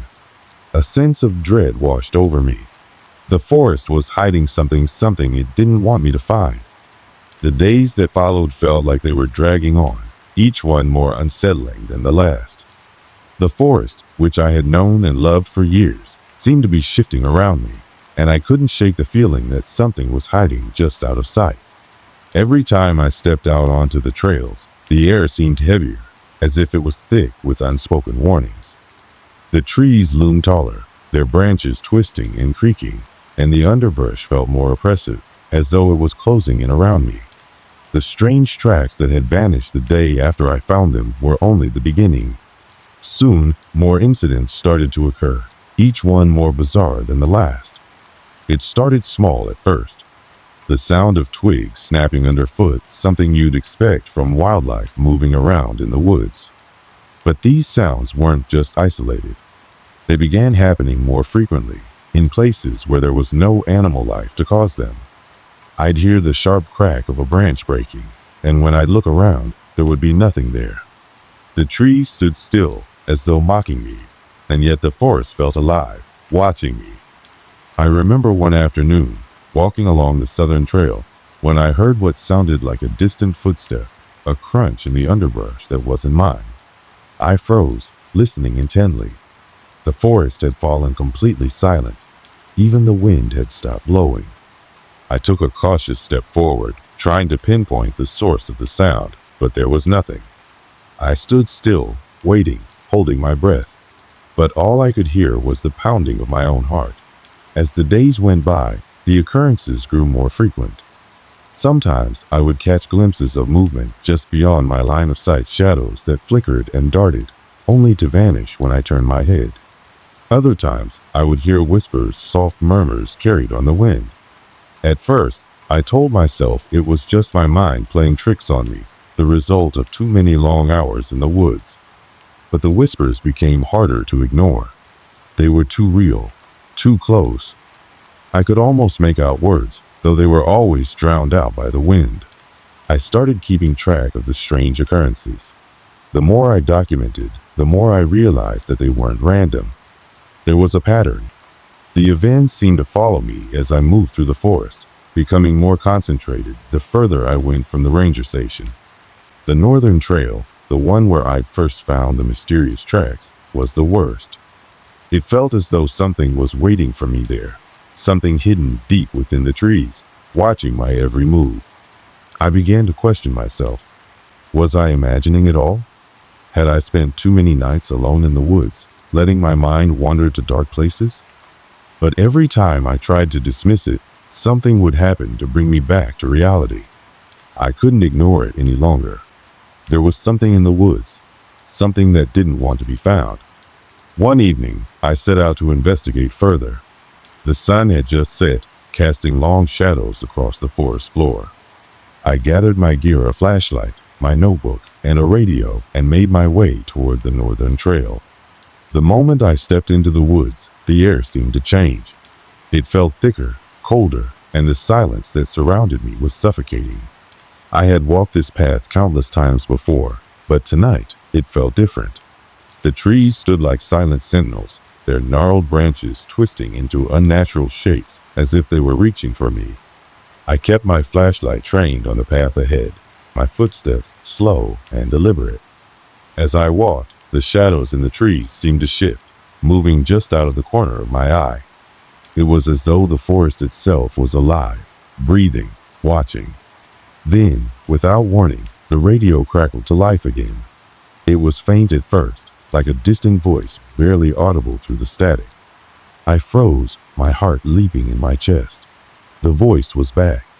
This time, it was clearer, though still muffled, as if it was coming from far away.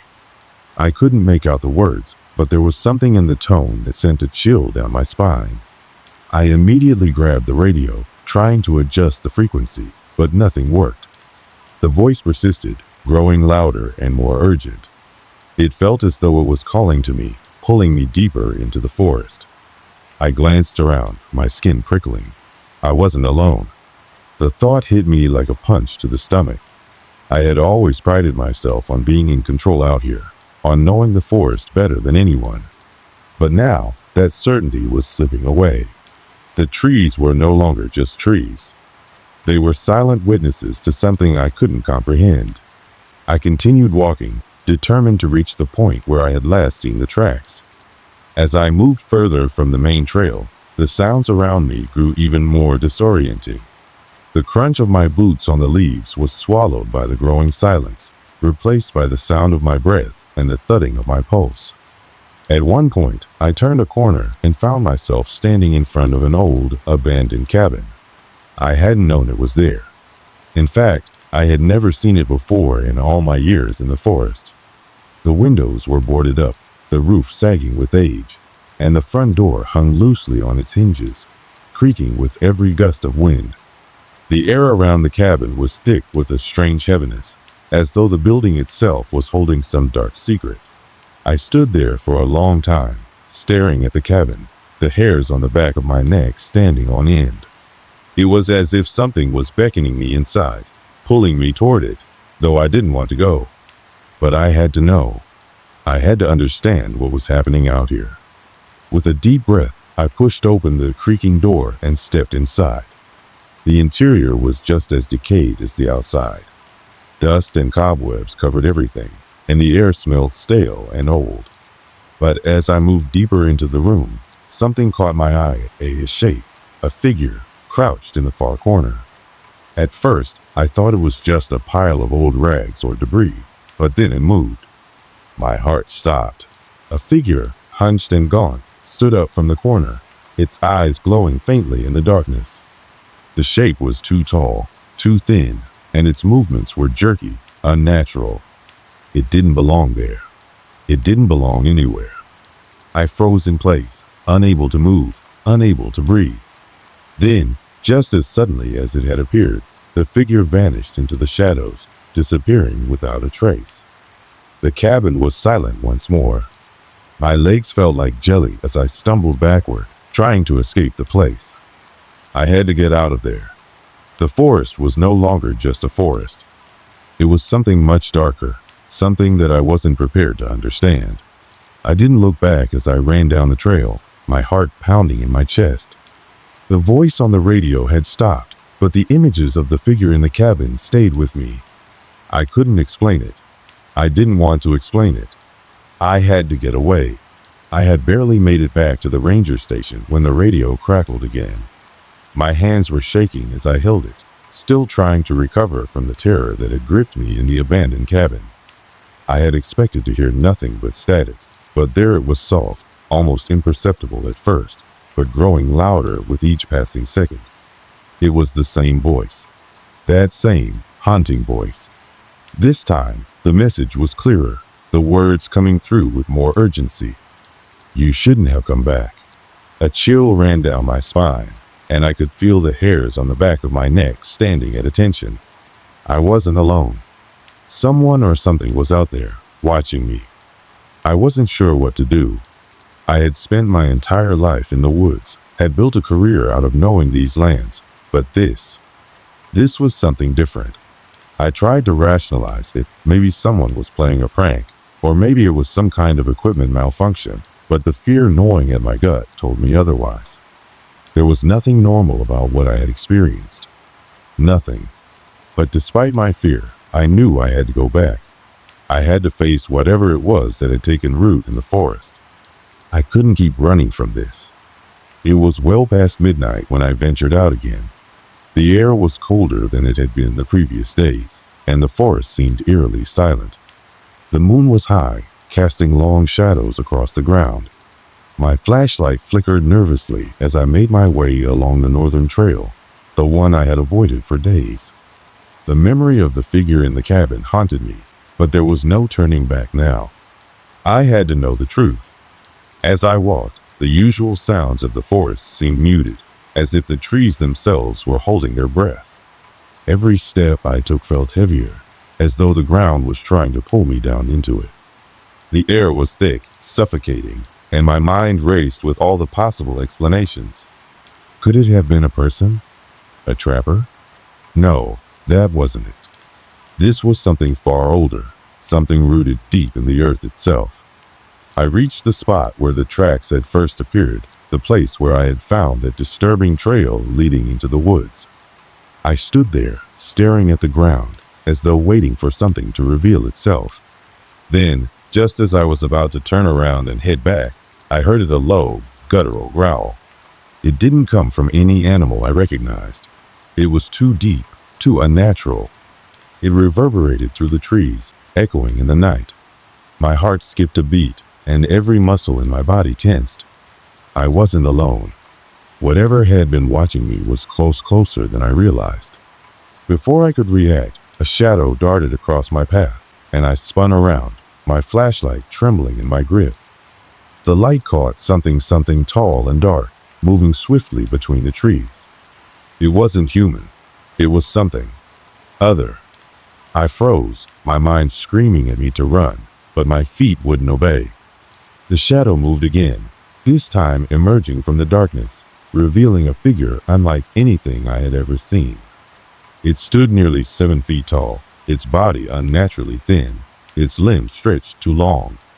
Its skin was an ashen gray, cracked like old bark, and its face, if it could be called a face, was hollow, with hollow black eyes that seemed to stare right through me. Then, in the stillness of the night, it spoke. Its voice was nothing like a human's, nothing even close. It was a low, guttural rasp, an almost inhuman sound that vibrated in my chest. You should have stayed away. I couldn't speak. I couldn't move.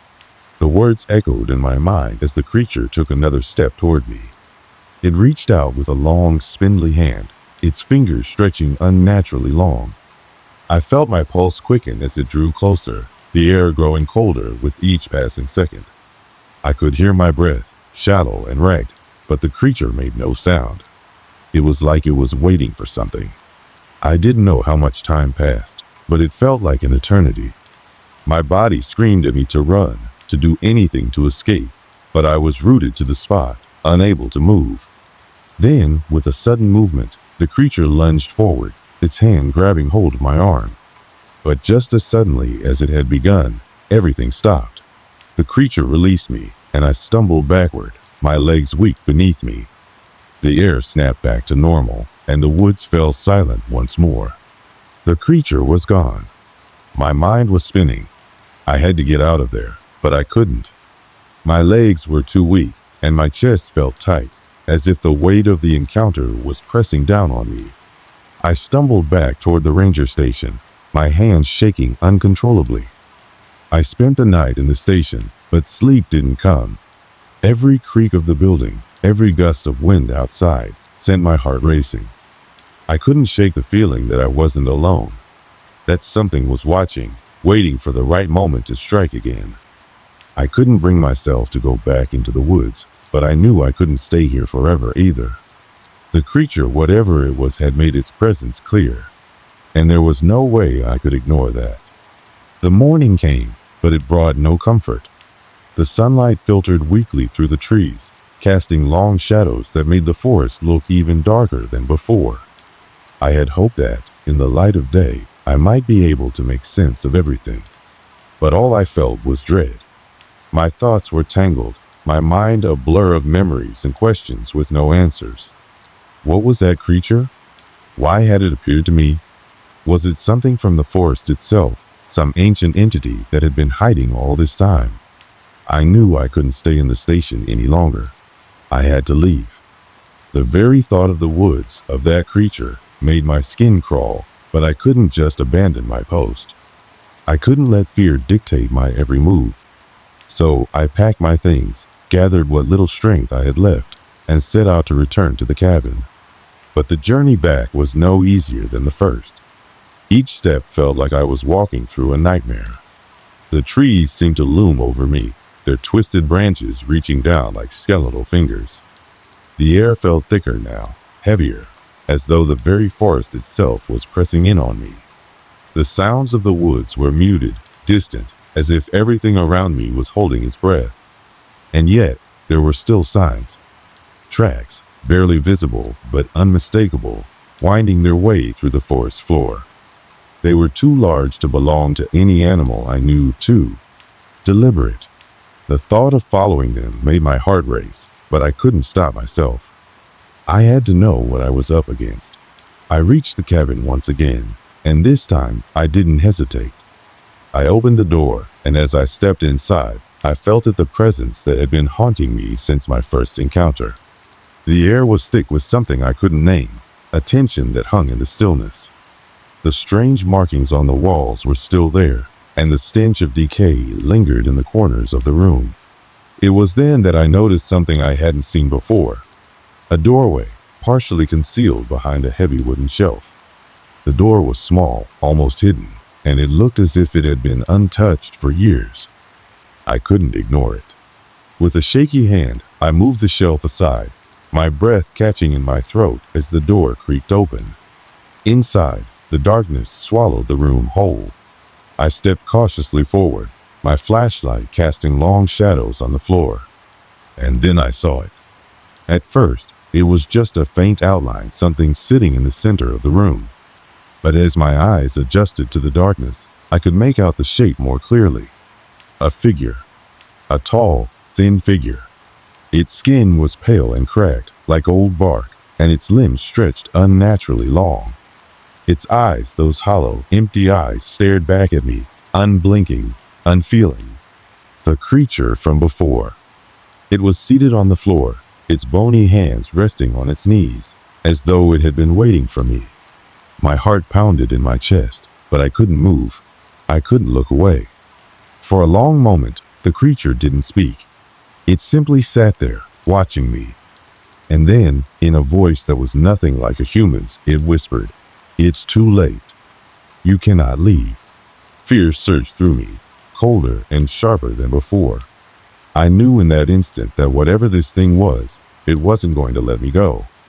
But I wasn't ready to give up. I didn't have answers, but I had something else. Determination.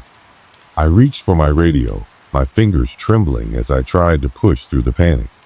I needed to call for help. I needed to warn someone. Anyone. The radio crackled to life, and a voice came through, one I didn't recognize. "Ranger, what's going on out there?" I gasped, barely able to breathe. "There's something in the woods. Something. It's not human. It's..." Before I could finish, the line went dead. The creature's eyes flickered, and in a moment of pure terror, I realized that whatever power it held, it could reach beyond the forest. Beyond the physical realm. It had heard me, and it wasn't finished with me yet. I backed away slowly, my heart pounding, my mind racing. I had to get out of there. I couldn't fight this thing. I didn't know how. But as I turned to leave, I heard the creature speak again. "You can't leave," it repeated, its voice cold and final. And then, as if on cue, the air around me grew colder, and I felt a pressure in my chest, as if the very weight of the forest was bearing down on me. The creature was closing in. I turned and ran. My feet were unsteady, my legs trembling, but I didn't dare stop. I bolted out of the cabin, back through the woods. My breath ragged as I tried to outrun the terror that chased me. I didn't look back. I couldn't. I made it to the ranger station just as the sun began to rise, my body shaking from the cold, from fear, from the knowledge that I had been right all along. There was something in these woods, something old, something evil, and it wasn't done with me yet. The aftermath of my encounter with the creature was something I would never forget. I didn't speak of it to anyone, not for a long time. But every time I set foot in those woods, I feel its presence, always lurking, always watching. And I know, deep down, that the forest is never truly silent. Not anymore. I haven't returned to the forest since that night.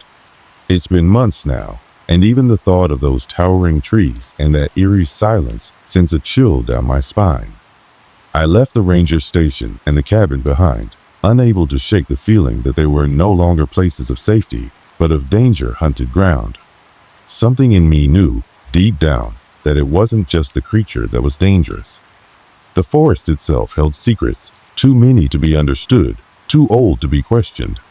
Life has continued on. I found another job, another place to call home. But the memories, those strange, terrifying memories, never fade. Sometimes, when the wind howls or when the shadows seem just a little too long, I feel it again.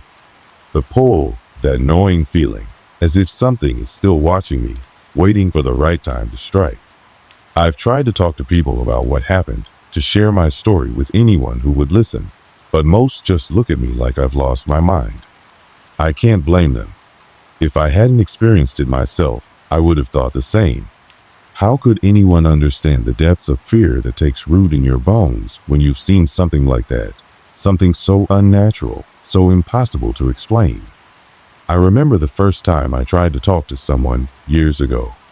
I met a fellow ranger, a man with more years of experience in the field than I had, and he listened patiently, kindly. But when I spoke of the creature, the voice on the radio, the strange markings in the cabin, he simply shook his head. "You're not the first to see something strange out there," he said. "This forest has its mysteries, but there's nothing to be afraid of, nothing that you can't explain with the right mindset." His words, intended to comfort, only made me feel more isolated.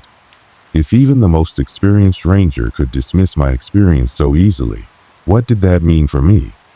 What did it mean for anyone who might have encountered the same thing? Was it something I'd imagined, my mind playing tricks on me after too many nights alone in the woods? Or was there truly something there, something ancient, something that was never meant to be uncovered? I have my own theories now. The creature, the voice, the strange energy in the forest, it's not something that can be easily explained. I've come to believe that there are parts of the world that remain hidden from us, parts that refuse to be understood, no matter how hard we try. There are forces in nature that we can't control, things that exist beyond the boundaries of what we consider normal. The forest, in its vastness and ancient silence, holds something that will never be fully understood, and it's perhaps better that way. The last time I passed through that town, I overheard a conversation between two local men. They were talking about the forest, as people often do when they gather in the diner, sharing rumors and half-formed stories. But what struck me was the mention of a ranger who had disappeared years ago. They said his body was never found, that he had simply vanished while on a routine patrol. The people who spoke of him seemed to have already moved on, as if his disappearance was just another part of the forest's twisted history. But for me, the words held a weight I couldn't ignore. Could that man have seen something like I did? Was it the same creature, the same force that I encountered? And yet, there's a strange peace in it too, a quiet acceptance that some things are beyond us. Some mysteries are meant to remain unsolved. We can search, we can try to understand, but in the end, the forest holds its secrets close. And perhaps that's where it should stay. Maybe I'll never fully understand what happened that night. Maybe no one will. But I've come to realize that the forest, like so many things in life, is a place of both wonder and terror, a place where the line between reality and myth blurs. It has its own rules, its own rhythm, and in that, it is both beautiful and terrifying. I don't know what the future holds. Maybe one day, someone else will wander into those woods, unaware of the ancient forces that reside there. Maybe they will encounter the same creature I did, or maybe they'll discover something even worse. But for now, all I can do is carry on, with the knowledge that some doors, once opened, can never truly be closed. The forest is still out there, waiting, and perhaps one day it will come calling again.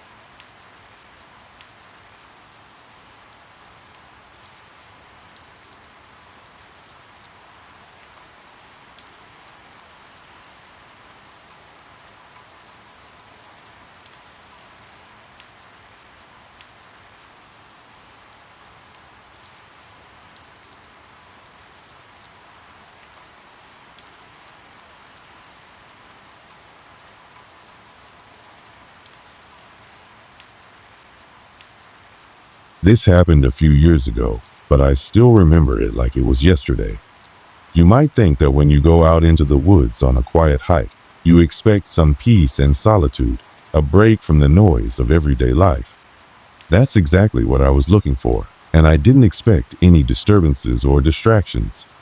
But what happened to me that day, deep in the forest, would make me think twice before ever hiking alone again. I'd been hiking for most of my life. It wasn't uncommon for me to spend weekends in the mountains, walking down narrow trails, away from the bustle of the city. Some weekends, I'd go on solo treks, just to clear my head and reconnect with nature. But there was always something comforting about knowing that the path was well trodden, that the trees around you had been there for years, and that the sounds you heard were the normal hum of nature. A breeze rustling through leaves, birds singing overhead, and the distant sound of a stream. Normal. I needed that normalcy. And that's exactly what I was seeking that day, a few years back, when I made my way into the forest. I remember the day like it was burned into my memory. The sun was high in the sky, casting dappled shadows on the forest floor as I set out along the familiar path that I'd walked countless times before. The ground was soft beneath my boots, a mixture of earth and fallen leaves. I was alone, as usual, just taking in the crisp air and the serenity of the woods. There were no unusual sounds, no strange movement among the trees, just peace. The trail I followed was a known one, popular among those who wanted a short but pleasant hike. It stretched for miles, weaving through towering trees, crossing over small streams, and offering beautiful views at various points along the way. In the fall, it would be filled with rich colors, reds, oranges, yellows that could make you stop and appreciate the beauty of the changing seasons. But that day wasn't quite fall. It was early summer, and the forest was alive with green leaves and the hum of insects. I had packed lightly for the hike a water bottle, a few snacks, my trusty map, and a first aid kit just in case. There were no real dangers on the trail, nothing that would warrant carrying anything heavy or extensive. My gear was simple and suited for a quick, easy hike, and I was used to being self-sufficient when I hiked alone. As I walked, my thoughts wandered. I was going through a tough time in life. Personal issues, work stress like a lot of people, I'd been feeling overwhelmed. I needed time to think, to get away from the noise of everything. So I kept walking, my mind lost in the repetitive steps. It was almost meditative.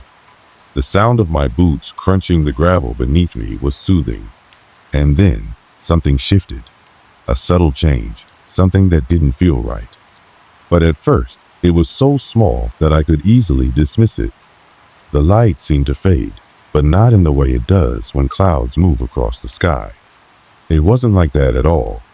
It was as though the trees themselves were growing darker, a little closer together, creating a thicker canopy above me. I shook my head, thinking maybe it was just my imagination, or perhaps it was just a patch of trees where the light didn't filter through as much. No big deal. I kept walking, taking in the scenery. But then it happened again. The shadows seemed to deepen, the air felt cooler, and I realized that I hadn't seen another hiker for a while. This wasn't a busy trail, but I knew it wasn't isolated either. There should have been someone around. Maybe a few people ahead of me, maybe some behind. But as I looked around, I didn't see a soul. It was unsettling, but I tried to shake off the feeling. It wasn't unusual for someone to take a break in the woods or veer off the main path for a while. Still, it was oddly quiet. As the minutes ticked by, the trees seemed to close in further, and the silence began to feel oppressive. It was as if the forest was watching me, aware of my every step. It wasn't just quiet, it was unnaturally still, as if the entire forest had decided to hold its breath. I wasn't used to this kind of silence. I had hiked this trail before. I knew it well. There were certain markers along the way, distinctive trees, a large boulder, a small creek that cut across the path.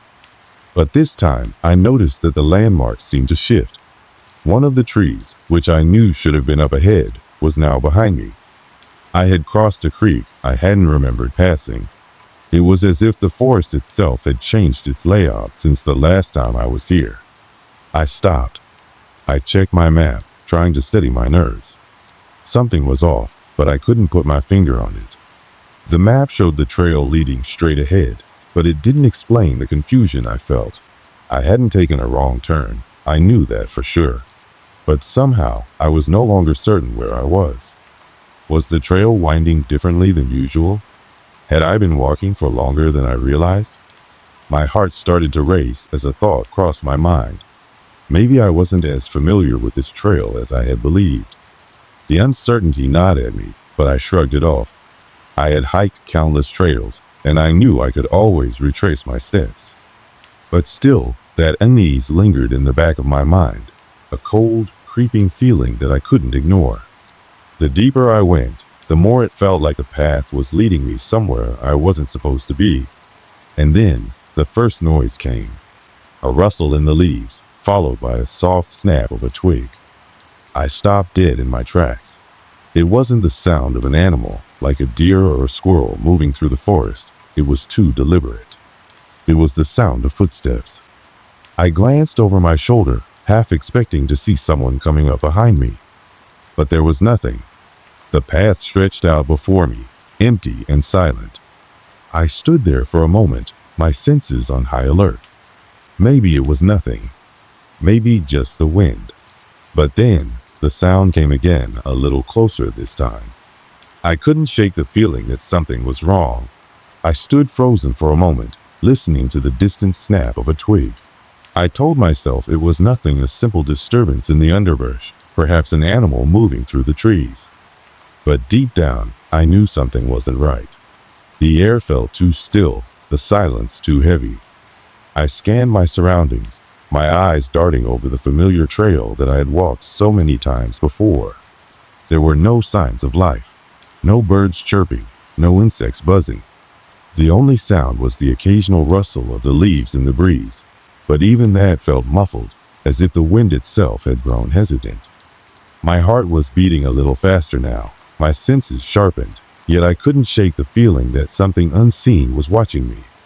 It was a feeling I couldn't easily describe, like an instinct, deep in my gut, a primal awareness that something wasn't quite right. I tried to shake off the unease, telling myself I was just being paranoid. After all, the trail was well worn. I'd seen it countless times before. The dense forest could play tricks on the mind, and the shadows under the trees could easily distort the sense of time and space. Maybe it was the isolation getting to me. There was no one around, and it was starting to feel more and more like I was alone in a place that I thought was familiar. I moved forward again, pushing through the gnawing feeling in the back of my mind. I thought about the hike ahead, the peaceful walk through the trees, the quiet solitude of the forest. That's all I needed, I told myself. I had come here to escape the noise of life. But then, it happened again. Another snap of a twig. This time, closer. I stopped in my tracks, the hairs on the back of my neck prickling. My breath caught in my chest. There it was again, footsteps. Not a rustle of leaves or the scurrying of small animals, but a deliberate step. Someone or something was walking behind me. I could feel the weight of the air shift as I stood there, frozen in place, trying to gather my thoughts. I slowly turned around, scanning the trail behind me. But once again, there was nothing. The path was empty, still. No one in sight. It was then that I felt it. The chill in the air seemed to deepen, settling in my bones. The temperature had dropped, almost imperceptibly, but enough to make the air feel colder than it should have been for that time of year. I pulled my jacket tighter around my shoulders, feeling a shiver run down my spine. The trail ahead seemed to stretch endlessly, but the way back, well, it felt different somehow. It wasn't just the path, it was the forest itself. The trees seemed to loom larger now, their shadows stretching longer, like they were closing in on me. I tried to rationalize it. The temperature could drop like that in the mountains, especially when you were deep in the woods. Maybe there was a sudden change in the weather, but I couldn't deny the feeling that had crept into the pit of my stomach. Something wasn't right, and I couldn't ignore it any longer. I took a deep breath and continued walking, telling myself that I was just overreacting. After all, there was no one else around. If there had been someone on the trail, I'd have seen them by now, right? But as I moved forward, I heard it again. This time, it was unmistakable as sound, a shuffle, coming from behind me, a footstep, followed by another, and then another. It was too consistent, too deliberate to be an animal. I spun around, my heart pounding in my chest. Nothing. The path behind me was empty. The forest was silent, save for the occasional rustle of leaves. I stared at the spot where I thought I had heard the footsteps, but there was no sign of anyone, no movement, no shadow, nothing. I felt a knot form in my stomach, a mixture of confusion and growing unease. Maybe I had imagined it. Maybe it was just the wind or the creaking of the trees. But deep down, I knew that wasn't the case. This wasn't just the wind. There was something here. Something that wasn't right. I took another few steps forward, trying to shake the feeling, but I couldn't seem to get rid of the dread that had settled over me. I thought about turning back, but something inside me, some stubborn part of me, didn't want to give in to the fear. This was my trail. I knew it. I'd walked it countless times. There was no reason to be afraid. But the footsteps, they kept coming. Closer. Louder. I couldn't take it anymore. I had to know what was happening. With a deep breath, I stopped, turned, and took a few slow steps back toward the sound. I was ready to face whatever it was. But as I moved, the footsteps stopped. Suddenly, there was complete silence. The air grew heavier, the silence pressing against me like a wall. My pulse quickened. I took another step. Nothing. I waited. The forest was still. And then, just as I was about to turn back and convince myself I was imagining things, I heard a sound from just beyond the trees, a low thump. Almost like a footfall, but heavier. I froze, my heart racing in my chest. I was no longer alone. Without thinking, I started walking back down the trail at a brisk pace. My feet quickened, a sense of urgency pulling me forward. I kept my eyes on the path ahead, afraid to look behind me. I didn't want to see what might be there. As I walked, the sounds followed. Faint at first, but steadily growing louder. The distinct shuffle of footsteps, too heavy to be a deer or any other animal. Something was behind me, getting closer with each step I took. I turned the corner ahead, and I swear I could feel something right there, just on the edge of my peripheral vision. The hairs on my neck stood up, and my skin went cold. I was no longer alone, and the weight of it, the sensation of being followed, hit me all at once. But when I glanced back, I saw nothing. The path behind me was empty. It was as if the forest itself had swallowed up whatever had been following me. I couldn't explain it. The feeling, the footsteps, it wasn't just my mind playing tricks on me. There was something else, something unexplainable. I could feel the tension in my body, the dread that had settled over me like a dark cloud. It wasn't just my imagination anymore. Something was there. The forest had grown darker, more oppressive, with each passing minute. The deeper I ventured, the more intense the unease became. The footsteps had stopped, at least I thought they had, but the sense of being watched remained, persistent and unsettling. I pushed forward, but every rustling leaf, every shift in the wind, made my heart race. The air felt thick now, almost suffocating, like the forest was closing in around me. The light filtering through the trees had dimmed, casting long shadows across the path. I could feel the weight of the silence pressing down on me. It was as if the forest itself was holding its breath, waiting. As I continued walking, I noticed something strange. The birds, which had been so vocal earlier, were now eerily quiet. The insects that typically hummed in the background had vanished.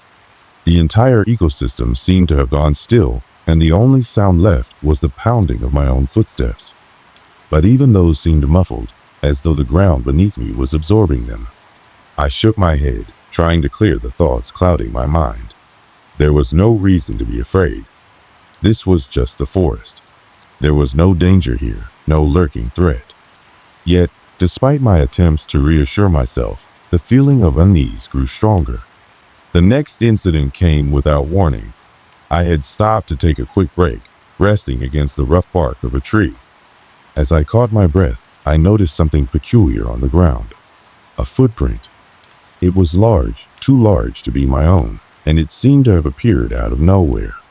The soil around it was disturbed, as if something heavy had passed through recently. I crouched down to examine it more closely, my breath catching in my throat. It was fresh, and it was only a few feet away from me. I stood up quickly, my heart thumping in my chest. The sense of being watched intensified. It was as if the forest itself was holding its breath, waiting for me to make a move. I scanned my surroundings, but there was nothing. No signs of movement, no shapes in the trees. Just the ever-growing silence. The footprint was gone, buried under layers of fallen leaves, but I couldn't shake the image of it from my mind. It felt wrong, out of place, and I wasn't sure if it was a product of my imagination or something much more sinister. I had to know. I had to figure out what was happening. With a renewed sense of urgency, I pushed forward. The trail seemed to narrow, the trees pressing in on me from all sides. The sky had turned a dull gray, the clouds hanging heavy overhead like a blanket. There was no sun now, just a muted, oppressive light that made everything feel unreal. The path seemed endless, and the deeper I went, the more unsettled I became. It was as if the forest was refusing to let me leave. I could hear the faintest rustling behind me, too quiet to be footsteps, but too distinct to ignore. I glanced over my shoulder, but once again, there was nothing. Just the empty trail and the looming trees. But the sounds didn't stop. They were there, persistent and relentless, following me at a distance. No matter how fast I walked, no matter how much I tried to outpace them, the sounds stayed with me, like a shadow just beyond my reach. It wasn't long before I reached the clearing. The space was open, a small respite from the dense woods, but it didn't bring the relief I had hoped for. In fact, it only seemed to heighten my anxiety. The wind picked up, and the trees surrounding the clearing began to sway, their branches creaking under the pressure. It was as if they were reaching toward me, their skeletal fingers reaching into the sky. I turned in a circle, scanning the perimeter of the clearing, my eyes darting between the trees. There was no sign of anyone, no one walking behind me, no shapes moving between the trunks. Just the wind, the creaking of branches, and the feeling that something was terribly wrong. And then I saw it. Just at the edge of the clearing, a figure stood. At first, it was just a silhouette against the trees, a dark shape that seemed to blend into the shadows. But then, as if sensing my gaze, it moved. Slowly, unnaturally slow. I froze. My pulse raced. The figure, whatever it was, didn't move like a person. Its limbs were too stiff, its movements too deliberate. It wasn't just standing there, it was watching me, its head tilting slightly to the side as if studying me. I couldn't breathe. My legs felt like lead, my body unwilling to move. But I couldn't tear my eyes away either. The figure took another step toward me, its movements jerky and unnatural. I could feel the ground beneath me trembling, the air thickening, heavy with tension. I opened my mouth to call out, but no sound came. My throat was dry, my body rigid with fear. Suddenly, the figure froze. It stopped just short of the edge of the clearing, its head snapping toward me with a sudden, unnatural jerk. I could feel its gaze, cold and unblinking, as though it could see right through me. I couldn't take it anymore. Without thinking, I turned and ran. My feet pounded the ground as I sprinted back down the trail, not daring to look behind me. I didn't know what that thing was, or if it was even real, but I couldn't stay there. I couldn't face it. My heart was racing, my breath coming in short, frantic gasps. The further I ran, the louder the sound of footsteps became, echoing in the trees behind me. They weren't my own. They were too heavy, too deliberate, matching my pace with unnerving precision. Whatever was out there, it was following me. I could hear it now, footsteps. Closer, louder, and then a voice. Soft, almost imperceptible, like a whisper carried on the wind. I couldn't outrun the fear anymore. My legs burned as I pushed through the thick underbrush, my body begging for a break, but there was no time. The footsteps behind me were getting closer, too close. The ground trembled with every step, and the air felt like it was being sucked away, leaving me gasping for breath. I didn't dare look back, but I could feel the presence drawing near, closing the gap between us. Each breath was shallow, ragged, as panic set in. I wasn't just running from someone. It wasn't human. The weight of that realization hit me like a punch to the gut, and with it came the crushing truth. I had no idea how to survive this. There was no escape. Suddenly, I stumbled, my foot catching on a root, sending me sprawling forward. My hands scraped against the rough earth as I tried to catch myself, but the force of the fall sent me crashing to the ground. For a moment, everything stopped. My body lay there, still and frozen, a wave of terror washing over me as the realization of how helpless I was sank in. I tried to push myself up, but my arms refused to cooperate. I could feel my heartbeat in my throat, my pulse throbbing in my ears.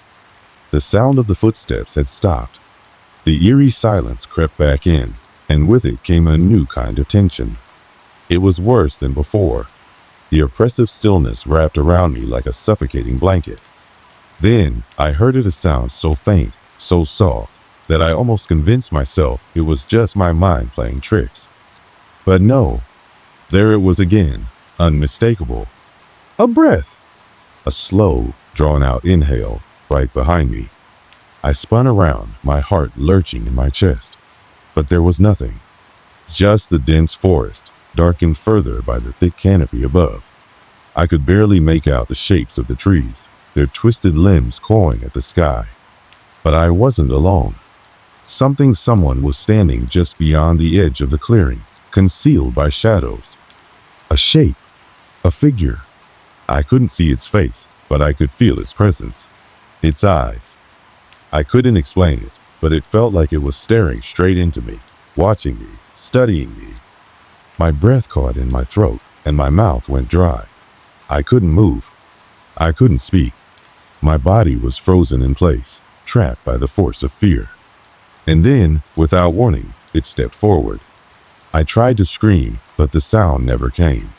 My lungs were constricted, my throat tight, as if something invisible was pressing down on me. The figure's movement was slow, deliberate, each step measured, as if savoring my terror. It was tall, its silhouette barely visible in the dark, but I could sense its shape, its size. It was wrong. Everything about it felt wrong. The way it moved, the way it didn't seem to make a sound, the way it was somehow there and not there at the same time. Its face, if you could even call it a face, was obscured by the shadows. But as it neared, I saw something. There were no features, no eyes, no mouth. Just a smooth, featureless surface, like a mannequin's face. A face that shouldn't exist. A face that couldn't exist. I gasped, my vision blurring, my pulse racing. My mind couldn't comprehend what I was seeing. It was beyond human. Beyond anything that should be real. I felt the panic rising in my chest, my mind screaming for me to wake up, to snap out of this nightmare. And then, in a voice that was too low to hear, but too loud to ignore, it spoke. Not with words, but with a feeling.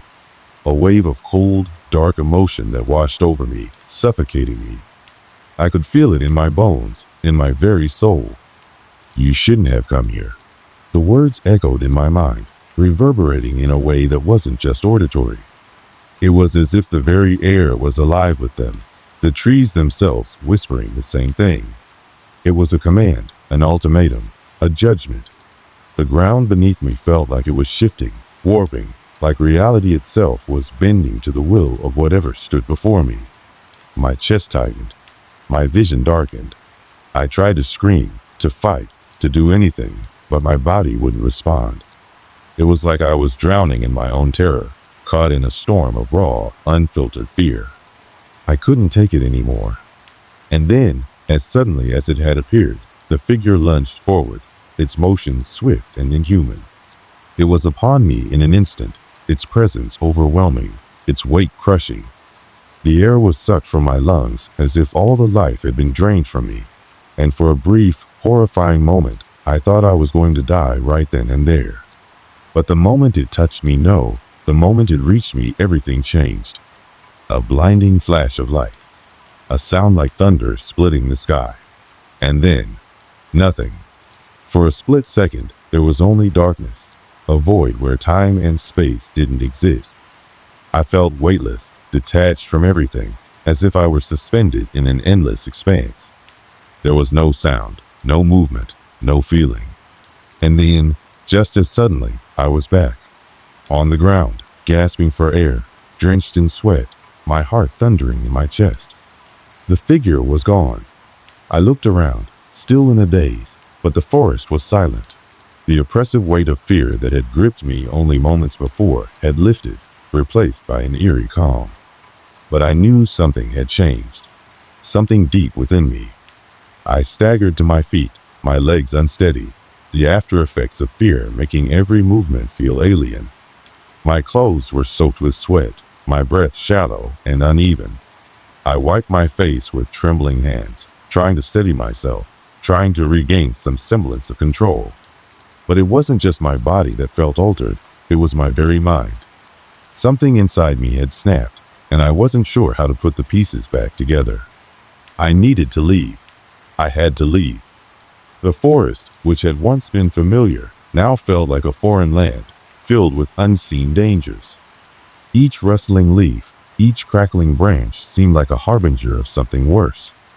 I didn't want to look back, but I couldn't help myself. I kept glancing over my shoulder, half expecting to see the figure, its faceless gaze trained on me from the shadows. But there was nothing. No movement, no sounds, just the endless quiet of the forest, a silence that felt wrong. I began walking, my pace quickening with every step. Every noise in the woods seemed magnified. Birds flapped their wings in the distance, their calls echoing through the trees, but I could hear them as though they were right behind me. The wind rustled the branches, creating a symphony of sounds that heightened my paranoia. My senses were on edge, every fiber of my being hyper-aware of the smallest shift. I kept walking, the path winding in ways that felt unfamiliar. How had I gotten so lost? It seemed impossible. I should have known these trails, these landmarks, yet they all blurred together, the forest twisting and shifting in ways that only added to my growing sense of disorientation. It wasn't until I saw the clearing that I allowed myself to slow down. The wide open space, bathed in the pale light of morning, felt like a beacon. It was a place of escape, of clarity. But even as I stepped into the clearing, the unease didn't lift. If anything, it grew. I couldn't escape the feeling that something was still there, something was watching me. I wasn't alone. I tried to shake it off, pushing the thoughts from my mind.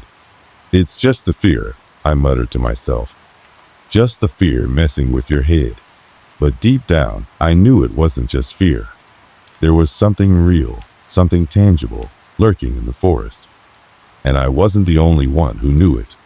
The clearing was peaceful, but it felt wrong. Too quiet. I couldn't shake the sensation that the world had shifted, that reality itself had warped somehow. Was I still in the same place? Was it even the same time? I pulled out my phone, my hands unsteady as I tried to check the time. The screen flickered, a momentary glitch that made my heart jump into my throat. But no, it was still working. It was just a brief flicker. I stared at the screen, watching as the seconds ticked by, the silence pressing in around me. Something wasn't right. The ground beneath my feet felt unstable.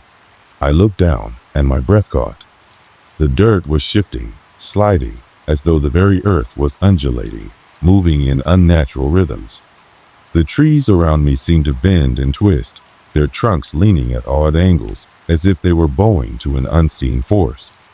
The air grew thick, heavy, as though the atmosphere itself had been sucked dry of its life. I took a step back, my mind racing. Was this real? Was I still dreaming? Or had something far more sinister begun to take root here? I wanted to run, but I didn't know where to go. Every direction felt wrong, as though the forest itself had trapped me in its labyrinthine grasp. A voice broke through the stillness. A whisper, faint but unmistakable. "Leave. Now." I spun around, but there was no one there. The clearing remained empty, the trees standing like silent sentinels, watching me, waiting. My heart pounded in my chest as the voice echoed in my mind, reverberating through my skull like a drumbeat. "Leave. Now." It wasn't a warning. It was an order. I didn't need to be told twice. Panic flooded my system, my instincts kicking in as I turned and bolted from the clearing.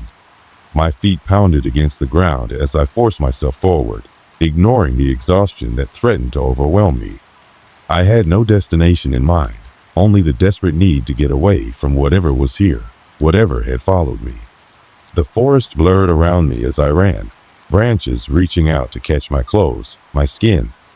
I barely registered the pain as I tore through the woods, moving faster than I ever thought possible. The fear was overwhelming, the need to escape so strong that it pushed me beyond my physical limits. I didn't know where I was going, but I had to get away. And then, just as suddenly as it had all started, the trees cleared. The path opened up before me, and I stumbled into the wide, open space.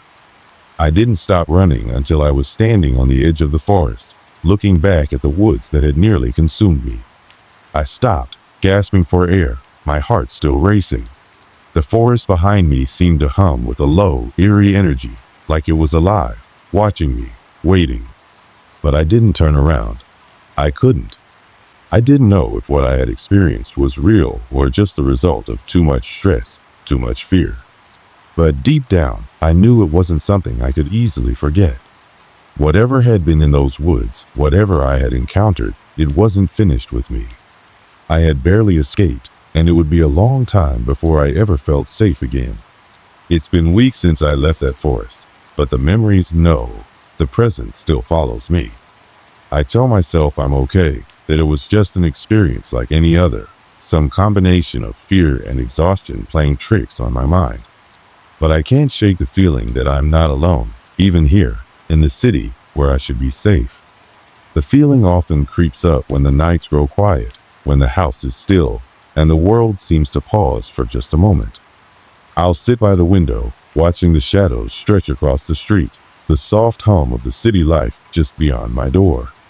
It feels like something is waiting out there, watching me, waiting for the right moment. And then sometimes, in the middle of the day, it returns the cold breath, the unmistakable sensation that I'm being watched. I try to brush it off, trying to convince myself it's nothing but my own mind playing tricks on me. But there's an unmistakable truth that gnaws at the back of my mind, a truth I can't deny, no matter how much I wish I could. The forest was not just a place, and that night was not just an event. There's something dark out there, something ancient. I felt it in the very air, a presence that stretched beyond the trees, beyond the ground I walked on. It was as if the forest itself had known me, had always known me, as if it had been waiting for me. I still don't understand what happened that night, nor do I know if I ever will. The woods seemed alive with a strange energy that I can't put into words. It was as though the very fabric of reality had been torn, and through the tear, something had peeked out. I don't know what it wanted, but I feel as though it was only the beginning. I don't know if I was meant to discover something, or if I was just in the wrong place at the wrong time. But I can't help but wonder if my escape was just a brief reprieve. There are moments when I start to doubt myself. Were the events I experienced real? Was it just a hallucination? A trick of the mind after being out in the wild too long? I don't know, but I felt it, and that feeling doesn't go away. I went to the local authorities a few days after I returned, of course. They listened, nodded, even took notes, but their eyes said it all. They didn't believe me. The forest was well known for people getting lost, for hikers straying off the beaten path. The forest had history, they said. Nothing out of the ordinary. They weren't interested in my story. Not really. But I wasn't crazy. I know what I saw, what I felt. And it's hard to put into words, especially when I can barely grasp it myself. All I know is this: the forest isn't just a place to hike. It's something else, something more. I could see it in the woods, hear it in the silence, feel it in the way the trees seemed to shift with every step I took. And now? Well, I can't go back. It's not that I'm scared. Not entirely. It's just that I can't shake the feeling that the forest is still out there, waiting, watching. I don't know if I'll ever be able to step into another forest again without feeling like it's watching me, judging me. As much as I want to leave it all behind and forget, I know it won't let me. Something in that place changed me, something deep inside me, and I'm not sure if I'll ever be the same. Every night, as I lay in bed, the darkness feels thicker now, more oppressive. The shadows stretch longer, as if they're reaching toward me, pulling me back. And I know that the woods are still there. That whatever it was that lived in the forest, whatever watched me, is still watching, waiting for me to return.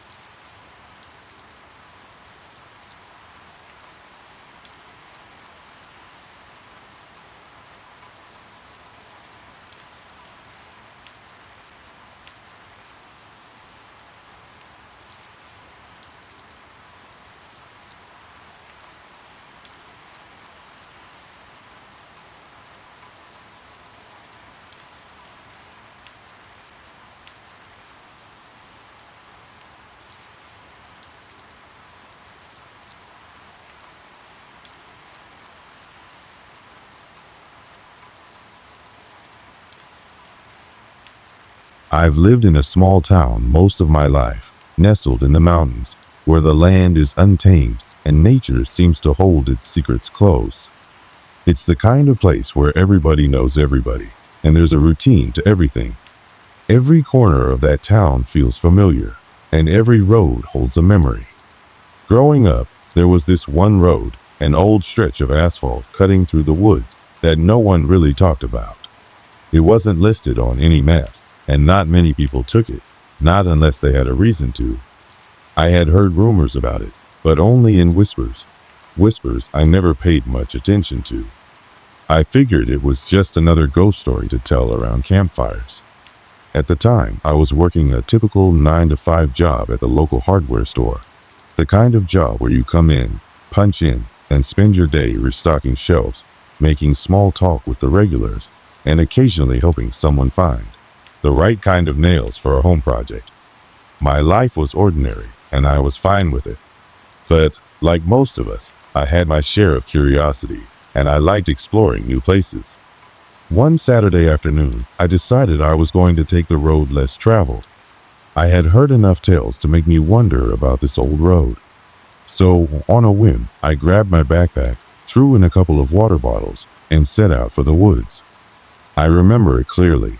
The weather was crisp, the kind of cool day that still felt like summer was holding on, just before the cold of fall set in. As I drove through the familiar streets of town, I took a few turns, and soon, the bustling sounds of the town faded behind me. The trees grew denser, and the road became less maintained. Potholes and cracks marred the surface. But still, it felt oddly peaceful. I wasn't nervous. Maybe I should have been. I had no particular destination, just a vague idea of seeing where this old road would lead me. The trees on both sides of the road grew taller and thicker as I ventured deeper into the woods. It wasn't long before I realized just how quiet everything was. Not a single car had passed me in the last half hour. The only sound was the soft hum of the engine, and even that seemed distant, swallowed by the trees. And yet, it was not a serene kind of quiet. It was a stillness that almost felt too perfect, too unnatural. I drove for what felt like an eternity, unsure of whether I was heading deeper into the wilderness or if I was simply lost. But I didn't mind. It was the kind of exploration that wasn't about finding something. It was about getting away from everything. I had no agenda, no rush, just a road, the trees, and me. And then I saw it. There, barely noticeable from the road, was a small dirt path, hidden behind a thick cluster of bushes and brambles. It didn't look like much, just a way for animals to pass through. But something about it called to me. A faint curiosity sparked in my chest, and I decided to leave my car behind and follow it. After all, who else would? I grabbed my backpack, locked the car, and made my way toward the path. The moment my feet touched the dirt, the air seemed to shift. It was subtle, almost imperceptible, but the quietness around me deepened, as if the trees themselves were holding their breath. The path was narrow and twisted, winding deeper into the woods. For a moment, I questioned whether this was a good idea, but I quickly dismissed the thought. The path seemed harmless enough. As I walked, the feeling of being watched lingered, but I brushed it aside. It was just my imagination. I'd been out in nature enough to know that the mind can play tricks on you, especially when you're alone. The further I walked, the less the world outside seemed to matter.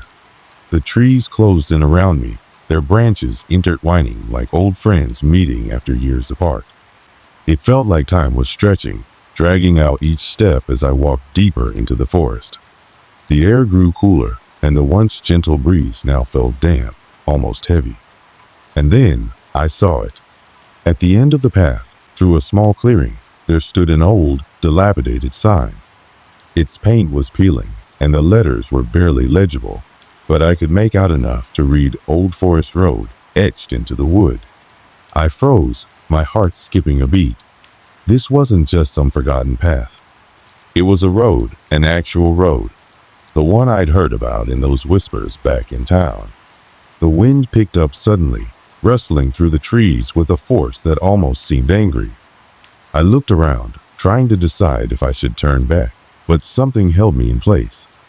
The air was thick with tension, and a strange pull deep inside me urged me to keep going. So I did. I continued along the overgrown path that was once the road, each step leading me further away from anything familiar. The trees grew thicker, and the atmosphere felt heavier. There was no turning back now. It wasn't until the shadows grew longer that I began to feel the first stirrings of unease, but by then I was already too far into the forest to turn back. I pressed forward, unsure of what I was heading towards, but knowing, in my gut, that this road would not be the same as the one I had left behind. The deeper I ventured down the path, the more I noticed how everything around me seemed to change. At first, it was subtle, the soft rustling of the leaves, the slight change in the air, but it wasn't long before the silence grew too much to ignore. It was as if the forest had turned into something different entirely.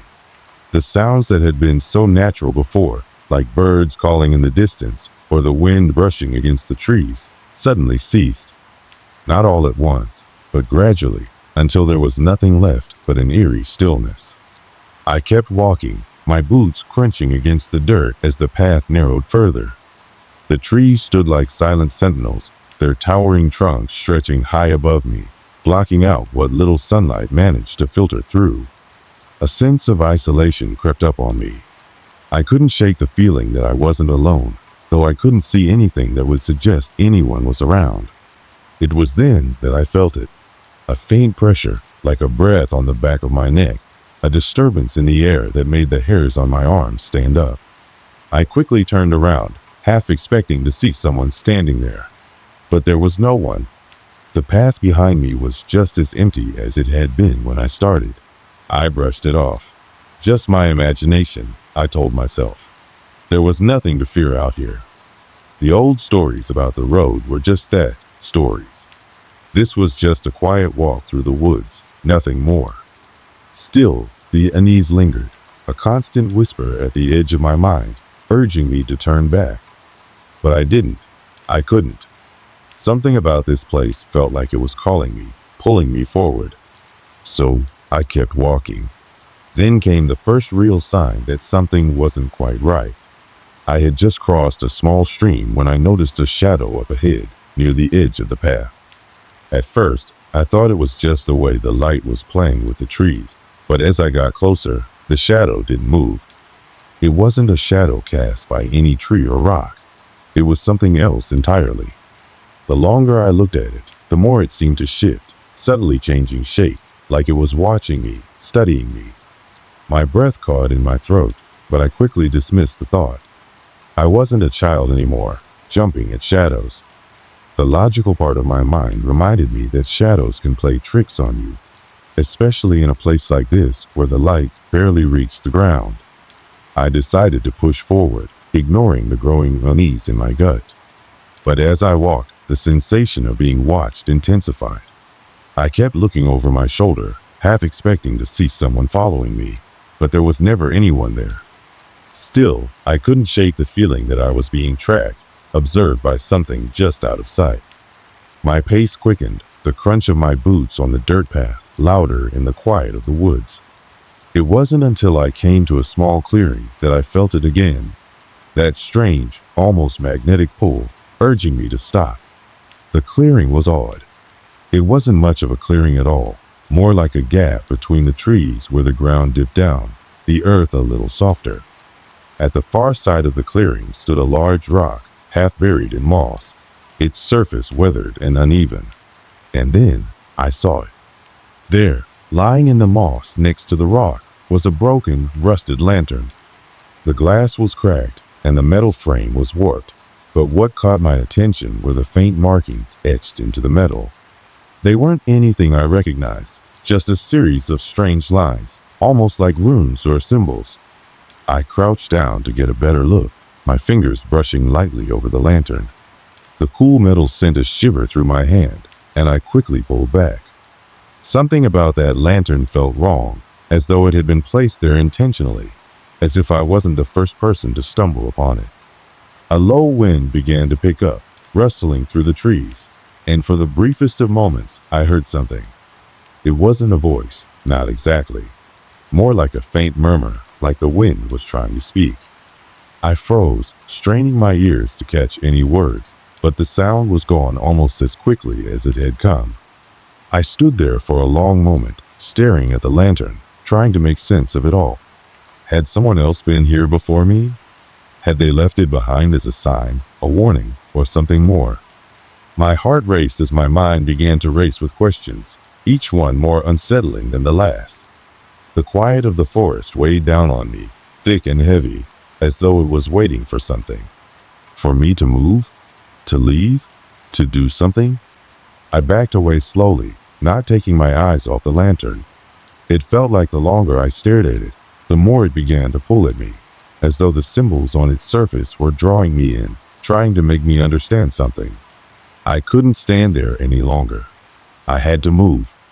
I turned quickly, my heart pounding in my chest, and began walking back the way I came. The path seemed longer now, more twisted. The trees loomed over me, the shadows stretching further across the ground. My breath came faster, and my steps felt heavier, as if the forest was holding me in its grip, unwilling to let me leave. I don't know how much time passed as I walked, my eyes darting to every rustling leaf, every shadow in the corner of my vision. All I could hear was the pounding of my own heart, my feet hitting the dirt, and the soft whisper of the wind through the trees. I glanced over my shoulder again and again, half expecting to see someone behind me, but each time the path was empty. It wasn't until I reached the place where I had first found the path that I realized just how strange everything had become. The woods were no longer the same. The trees seemed taller now, their branches twisting in unnatural directions, as if they were trying to keep me there. The air was thick with something I couldn't quite explain, a heaviness that made it hard to breathe. I stumbled out of the path and into the clearing where I'd parked my car. The sight of it, familiar and mundane, was like a lifeline. I ran to it, my hands trembling as I fumbled with my keys. The engine roared to life as soon as I turned the key, and I quickly slammed it into reverse, eager to get away from the road, the path, the woods. But as I pulled out onto the main road, I glanced into the rearview mirror. For just a split second, I saw something. Someone standing in the distance, at the edge of the woods, watching me leave. I couldn't make out any details, just a shadow, dark against the backdrop of the trees. I didn't stop to figure out who or what it was. I slammed my foot on the gas and sped away. The woods, the road, and that lantern stayed with me, lingering in my mind long after I had left them behind. The unsettling feeling didn't leave me, not then and not now. Something was wrong with that place, and I had a feeling it wasn't going to let me go that easily. After that day, I tried to forget about the road, the lantern, and the unsettling feelings that had taken root inside me. But no matter how hard I tried, they lingered in the back of my mind, like a faint but persistent hum, a constant reminder that something wasn't right. I didn't return to the old forest road immediately. Weeks passed, and life went on as usual. I went to work, saw friends, did what I could to distract myself. But the sense of unease never truly left. Each time I passed a forest or even a grove of trees, I felt a tug in the back of my mind, as though something was pulling me back, calling me to return. I wasn't alone in my feelings either. My best friend, Cole, had been with me when we had first talked about the road. He'd been one of the ones to say it was all in my head, nothing more than an old legend. But when I mentioned it to him a week after my experience, I noticed something strange about him. He was quieter, more distant. He didn't dismiss the forest like he used to. He seemed almost afraid. One evening, as we sat at his place after a long day, he finally spoke up. "So, you've been back, huh?" I hadn't told him that I had been back, but it was clear that he knew. I nodded, unsure of how to respond. He shifted uncomfortably in his chair, his eyes darting around the room. "I know you didn't want to believe it, but you were right about the road." My heart skipped a beat. "What do you mean?" He hesitated, running a hand through his hair. "I went up there last week by myself, just to see, and I saw something. I swear something wasn't right." I leaned forward, gripping the edge of the table. "What happened? What did you see?" He paused for a moment, his expression clouding over with something dark and unsettling. "I found the lantern, man. It was still there. And this time, it was different. There was something written on it, like a warning or a curse." I felt a chill sweep through me at his words, and I couldn't help but wonder if I'd made a terrible mistake by not telling him everything. I had never mentioned the strange markings I saw on the lantern. Now I realized just how significant they might be. The conversation shifted after that. Both of us grew quiet, lost in our own thoughts, our minds racing with the possibilities of what was happening. Maybe it was just an old story, a trick of the mind. Maybe there was nothing more to it. But then again, maybe there was. Days later, unable to ignore the gnawing curiosity any longer, we decided to go back together. This time, we would face whatever it was head on. We wouldn't be intimidated by a few strange occurrences.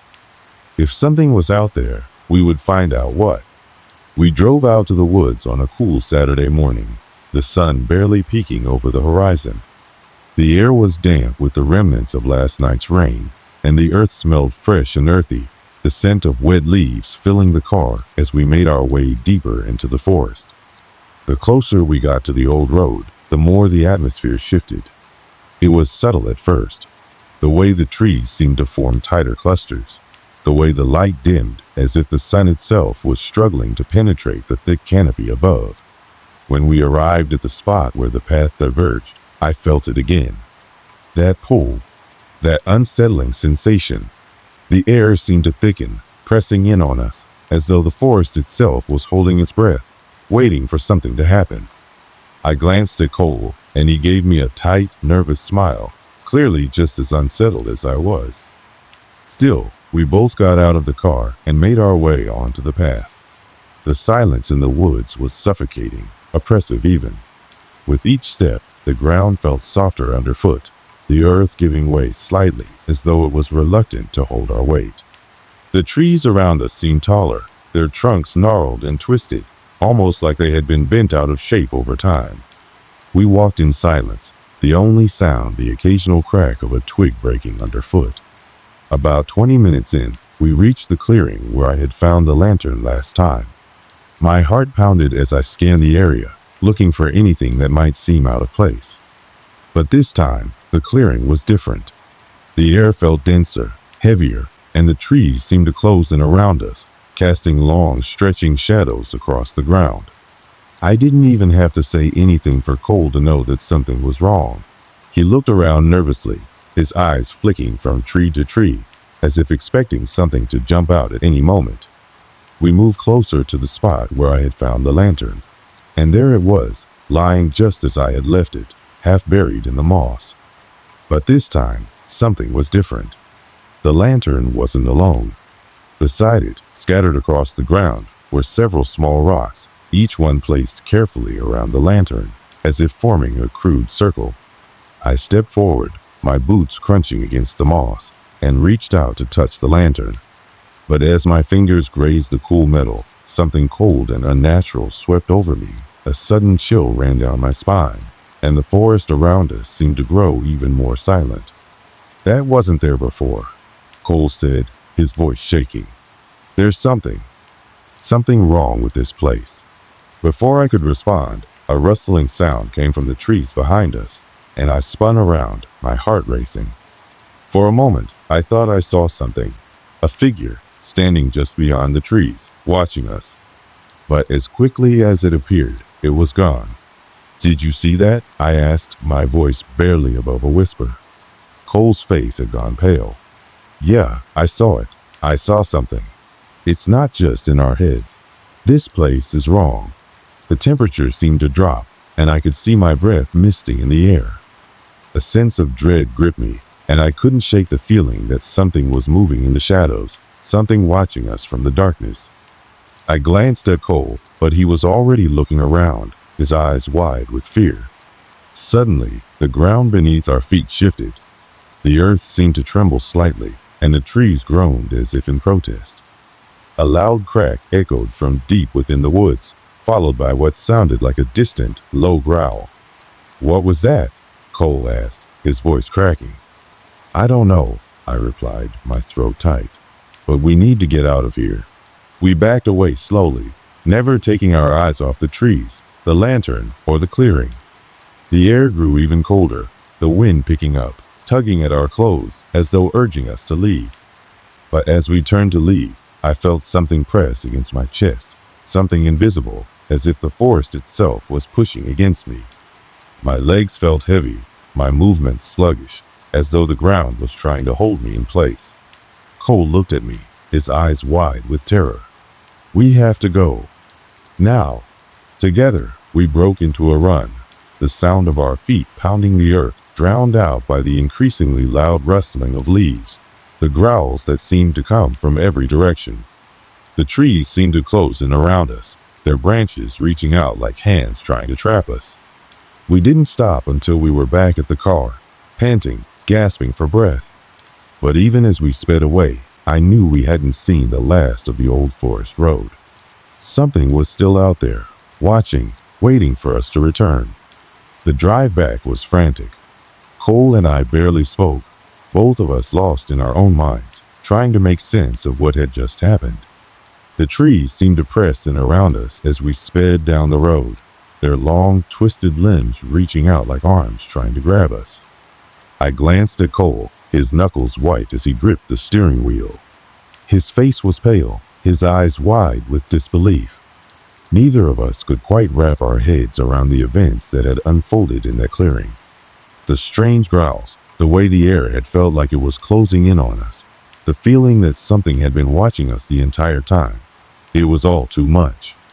And yet, as terrifying as it had been, something told me that what we had experienced in the woods was just the beginning. "Do you think it's over?" Cole's voice broke the silence, shaky and uncertain. I shook my head, unable to form the words. I wasn't sure what to think anymore. The further we drove away from the woods, the more I felt the weight of what had happened settling on my chest. I couldn't escape the feeling that we hadn't really left the danger behind.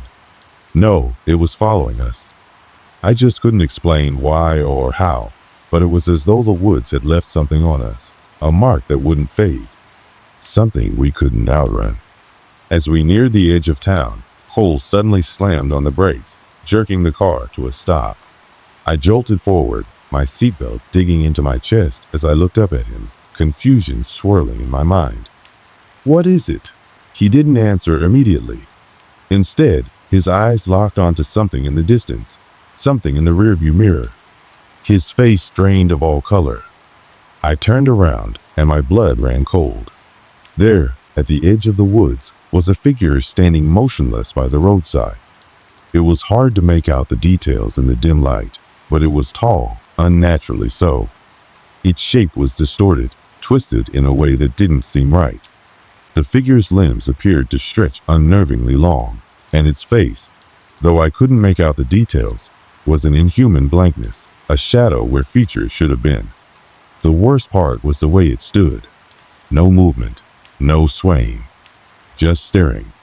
And as I watched, I could feel its gaze upon me, a pressure building in my chest, as if it were trying to reach into my very soul. "What the hell is that?" I breathed, my voice barely above a whisper. Cole didn't answer. He just floored the gas pedal, and the car lurched forward, tearing down the road. But as we sped past, I glanced in the rearview mirror once more, and to my horror, the figure was gone. Not a sign of it remained. "Where the hell did it go?" I shouted, panic surging through me. "It was just standing there, Cole. It was watching us." I don't know," he muttered, his voice tight with fear. "I don't know what it was, but we need to get out of here. We need to get far away from this place." His words hung in the air like a bad omen. We had to leave, but where? The woods were vast, and they were everywhere. It didn't matter where we went. It would follow. We drove in silence for several miles, neither of us knowing what to say. I kept glancing over my shoulder, half expecting the figure to appear again, but nothing ever did.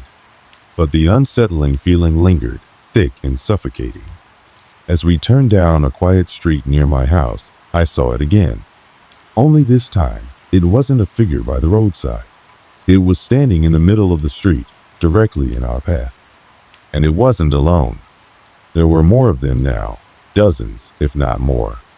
Tall, thin figures, standing motionless in the middle of the street.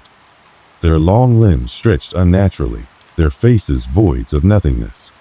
They stood silently, as if waiting for us to approach, watching our every move. My heart slammed in my chest, my body rigid with fear. Cole slammed on the brakes once more, and the car screeched to a halt. "What the hell is happening?" he gasped, his voice quivering with terror. His hands shook as he gripped the wheel. "They're everywhere, man. We can't just drive through them." I swallowed hard, my throat dry. I couldn't think, couldn't breathe. I wanted to scream, to get out of the car, but I couldn't move. The figures were closing in around us, their shadows stretching across the road, their blank, hollow faces just beyond the reach of the headlights. It was as if they were closing in from all sides, trapping us in an invisible cage. "We have to get out of here," I muttered, my voice a harsh rasp. "We have to move." But as soon as I said it, I realized how futile it was. The car was surrounded. We couldn't go forward, couldn't turn back. They were everywhere. Then, out of nowhere, I felt it. The pressure again. The same feeling I had experienced in the woods. That suffocating weight, as if the air itself was becoming too thick to breathe.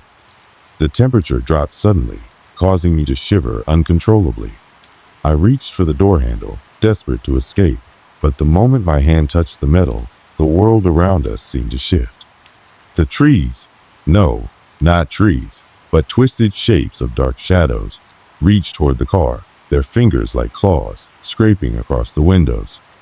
The wind howled, louder and louder, until it felt like it was screaming at us. A deafening noise filled my ears, a sound I couldn't describe, like the very earth was crying out in agony. I turned to Cole, and my eyes widened in horror.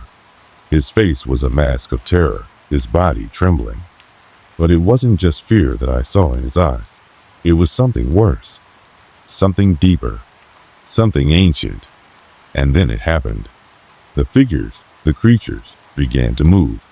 Slowly at first, but then with increasing speed, they surged forward, their limbs twisting and contorting, their long fingers reaching toward the car. I could see their faces now, or rather, the lack of faces. Just empty voids where their eyes, nose, and mouth should have been. And from those voids came the sound, the unmistakable sound of breathing. Heavy, labored breaths that seemed to come from all of them, coming from nowhere and everywhere at once. I slammed my foot onto the gas pedal, the tires screeching as the car lurched forward. But no matter how fast we drove, the creatures kept pace with us. They surrounded us, their ghostly presence suffocating, their empty faces staring into the windows. "Drive! Just drive!" I screamed at Cole, but it felt like the world itself was fighting us, pushing back against every move we made. I don't know how long we drove. Maybe minutes, maybe hours. It felt like time had stopped altogether. The creatures didn't give up. They never stopped chasing us. We could hear them outside the car, breathing, scraping, clawing at the windows. Their presence filled the air, suffocating us in the tiny space of the car. Then, just as suddenly as they had appeared, they were gone. One moment, they were there, pressing against the car, their hands against the windows, their breath fogging the glass. The next, the road was clear, silent, empty. It was as though they had never existed. We pulled over to the side of the road, both of us too shaken to speak. I could still feel the pressure, the weight of their presence hanging over me, and I knew deep down that it wasn't over. It would never be over. I turned to Cole, but he didn't meet my gaze. His eyes were fixed on the rearview mirror, as though he was still looking for them, waiting for them to come back. "They're not gone," I whispered, my voice breaking. "They're still here." Cole nodded, his face pale, his lips trembling. And in that moment, I realized the truth. We hadn't escaped the woods. We had only walked deeper into their grip. I remember the weight of that silence, the stillness that hung between Cole and me after the creatures disappeared. It wasn't a relief. It was something far worse. The kind of silence that wasn't born of peace, but of dread, like the calm before a storm that you knew was inevitable. The air felt heavy, oppressive, and every passing second stretched on as if time itself had decided to prolong our suffering. The engine idled in the stillness as we sat there, parked at the side of the road, staring ahead into the dark void. The headlights sliced through the night, illuminating nothing but empty asphalt, but I couldn't shake the feeling that the world itself was watching us, waiting for the next move. After a few moments, I turned to Cole, who was still staring into the rearview mirror, his face pale and ashen. He looked like he hadn't slept in days. "Cole, what do we do now?" My voice was barely a whisper, as though speaking too loudly might shatter the fragile shell we'd built around ourselves. He didn't answer immediately. His lips parted as if he was about to say something, but then he just let out a long, shaky breath, his head dropping into his hands. I don't know, man. I just don't know anymore." The weight of those words hit me harder than I expected. We had both hoped, perhaps foolishly, that once we left the clearing, once we outran the creatures, it would all be over. We would go home, shrug off the terror we just endured, and try to forget it ever happened. But that wasn't what happened. The terror had only followed us, only grown stronger, until it felt like it was woven into the very fabric of our lives. "We can't just sit here," I said, my hands gripping the seat in frustration. "We have to figure out what's going on. We can't keep running." Cole's eyes lifted to meet mine, and in that moment, I saw something I hadn't seen in him before. A quiet resignation. "You really think we can fix this?" What we saw, what we felt, that's not just some bad dream we'll wake up from. Whatever that was, whatever those things were, they're real, and they're not going to let us go. His words cut through me, not because I didn't know they were true, but because hearing them from him, hearing him say it aloud, made it real in a way that nothing else had. It wasn't just some strange occurrence. It wasn't something we could chalk up to being tired or imagining things. This was real. This was happening to us, and there was no escaping it. I didn't want to accept it. I didn't want to believe that we were trapped in this nightmare. But the evidence was right there, in every passing moment, in the way the shadows seemed to move with a life of their own. In the way I couldn't shake the feeling that we were being hunted. "What do you suggest we do then?" I asked, my voice low. Cole didn't answer right away. Instead, he just stared out at the road ahead, the headlights flickering as they illuminated the empty street. The eerie stillness of it all gnawed at me, but I couldn't bring myself to leave the car. The world outside was too vast, too dark, and I wasn't sure what dangers might lie out there. After a long silence, Cole finally spoke. We go back to the woods." His words hit me like a slap to the face. "What? Are you out of your mind?" "We're not going back there.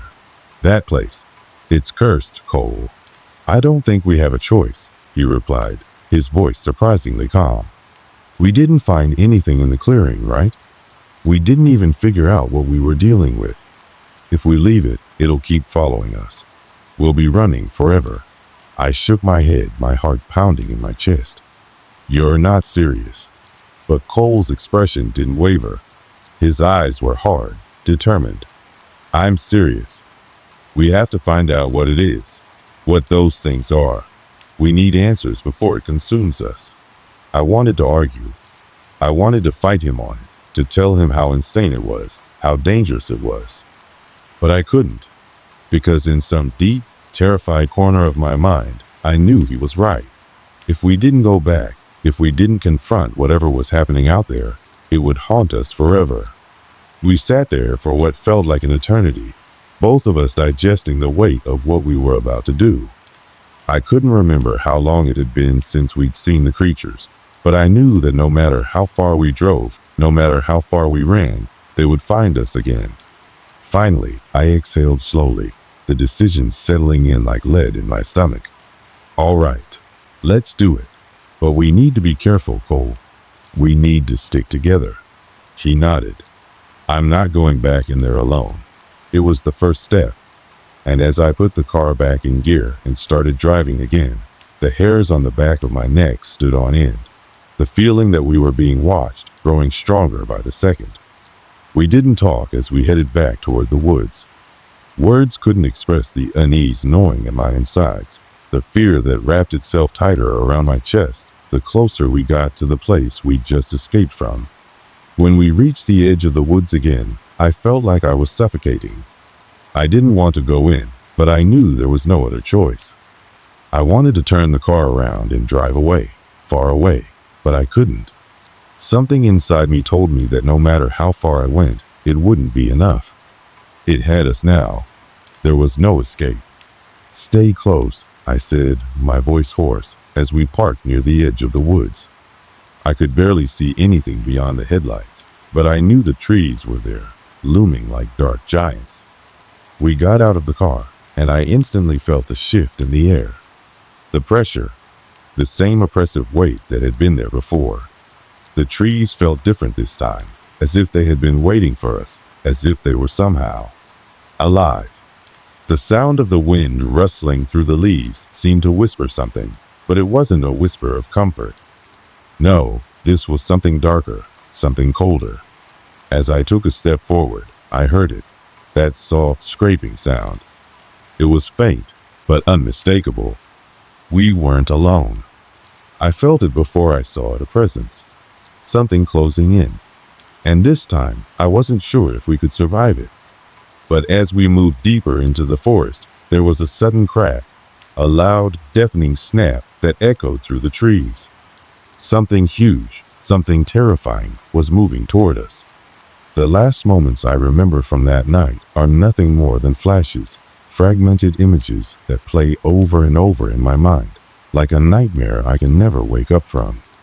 The crack in the woods, the crushing weight of the air around us, and that feeling, the one that gnawed at my gut, the certainty that something far older and darker than we could ever comprehend had finally caught up with us. The sound of something moving through the trees, heavy, slow, deliberate, was the only thing I could hear as I turned back toward Cole. His face was pale, his eyes wide with fear. We had stopped walking, frozen in place, as the presence in the woods drew closer. I could hear the rustling of leaves underfoot, but it wasn't just the wind anymore. This was something else, something that moved with purpose. Cole's voice broke through the tension, though it was barely a whisper. "We need to go. We need to leave." But my feet were rooted to the spot, as if the forest itself was holding me there. I couldn't move. I couldn't breathe. Every instinct in my body screamed at me to run, but something was pulling me in the opposite direction. A pull so strong, so insistent, that I couldn't fight it. I could feel the presence now, so close, so tangible, that I was sure it was standing just behind me. And then, suddenly, the ground beneath me gave way. I don't know if it was the earth itself shifting, or if something below the surface had finally broken through, but the ground beneath my feet crumbled. I fell, my body tumbling downward, and before I could even react, I was swallowed by the darkness of whatever lay beneath the earth. Cole screamed my name, but it was already too late. I woke up sometime later, disoriented, bruised, and covered in dirt. My head throbbed, and my limbs ached as though I'd been crushed under a pile of rocks. I tried to move, but I couldn't. The weight of the darkness that surrounded me was too heavy. It pressed down on me from every direction, as though the earth itself was trying to keep me trapped. The silence was suffocating. There was no wind, no rustling of leaves, just the quiet hum of something far deeper and older than the forest itself. I had no idea how long I was down there, but eventually I managed to push myself up and crawl toward the faint light that I could barely see in the distance. It wasn't the light of the moon or the stars. No, this was something else. Something unnatural. It flickered like a dying ember in the dark. As I crawled toward it, I heard a faint sound behind me, a low, guttural growl. I turned, but saw nothing. Only the impenetrable darkness of the tunnel I had fallen into. But I felt it. The presence. It was still there. Waiting. And then I saw it. It raised a hand, and I instinctively took a step back, but I couldn't move fast enough. The figure stepped forward, its eyes locked onto mine, and a voice that was both ancient and familiar filled the air. "You shouldn't have come back." The words were not spoken out loud, but I could hear them in my mind. I felt them, deep in my bones. And in that moment, everything made sense.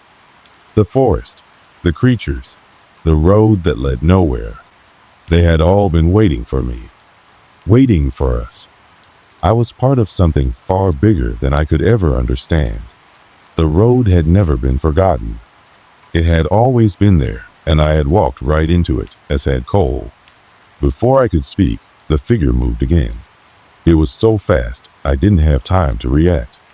I felt its cold touch on my skin, like 1,000 needles pricking my flesh at once, and I was pulled into the darkness. There was no sound, no light, only the sensation of falling, deeper and deeper, until I lost all sense of time. When I finally came to my senses again, I was back in the car, sitting next to Cole. The headlights flickered, the engine running quietly. It was as though nothing had ever happened. The forest was still dark outside the windows, but everything felt wrong. The air was thick, suffocating. The world around us was not the same as it had been before. "Cole?" I asked, my voice shaking. He didn't answer. Instead, he turned to look at me, his eyes wide with terror, and then he began to scream. Not a scream of pain, but of pure, unadulterated fear. His body began to twitch, convulse, as if something was taking over him. I tried to reach out, to stop him, but it was no use. His eyes rolled back into his head, his mouth opened wide, but no sound came out. And then, as if it had always been there, the road began to change. It wasn't a road anymore. It was something else. A pathway that twisted and turned, leading us further and further into the unknown. And all I could do was sit there, helpless, as the darkness closed in around us.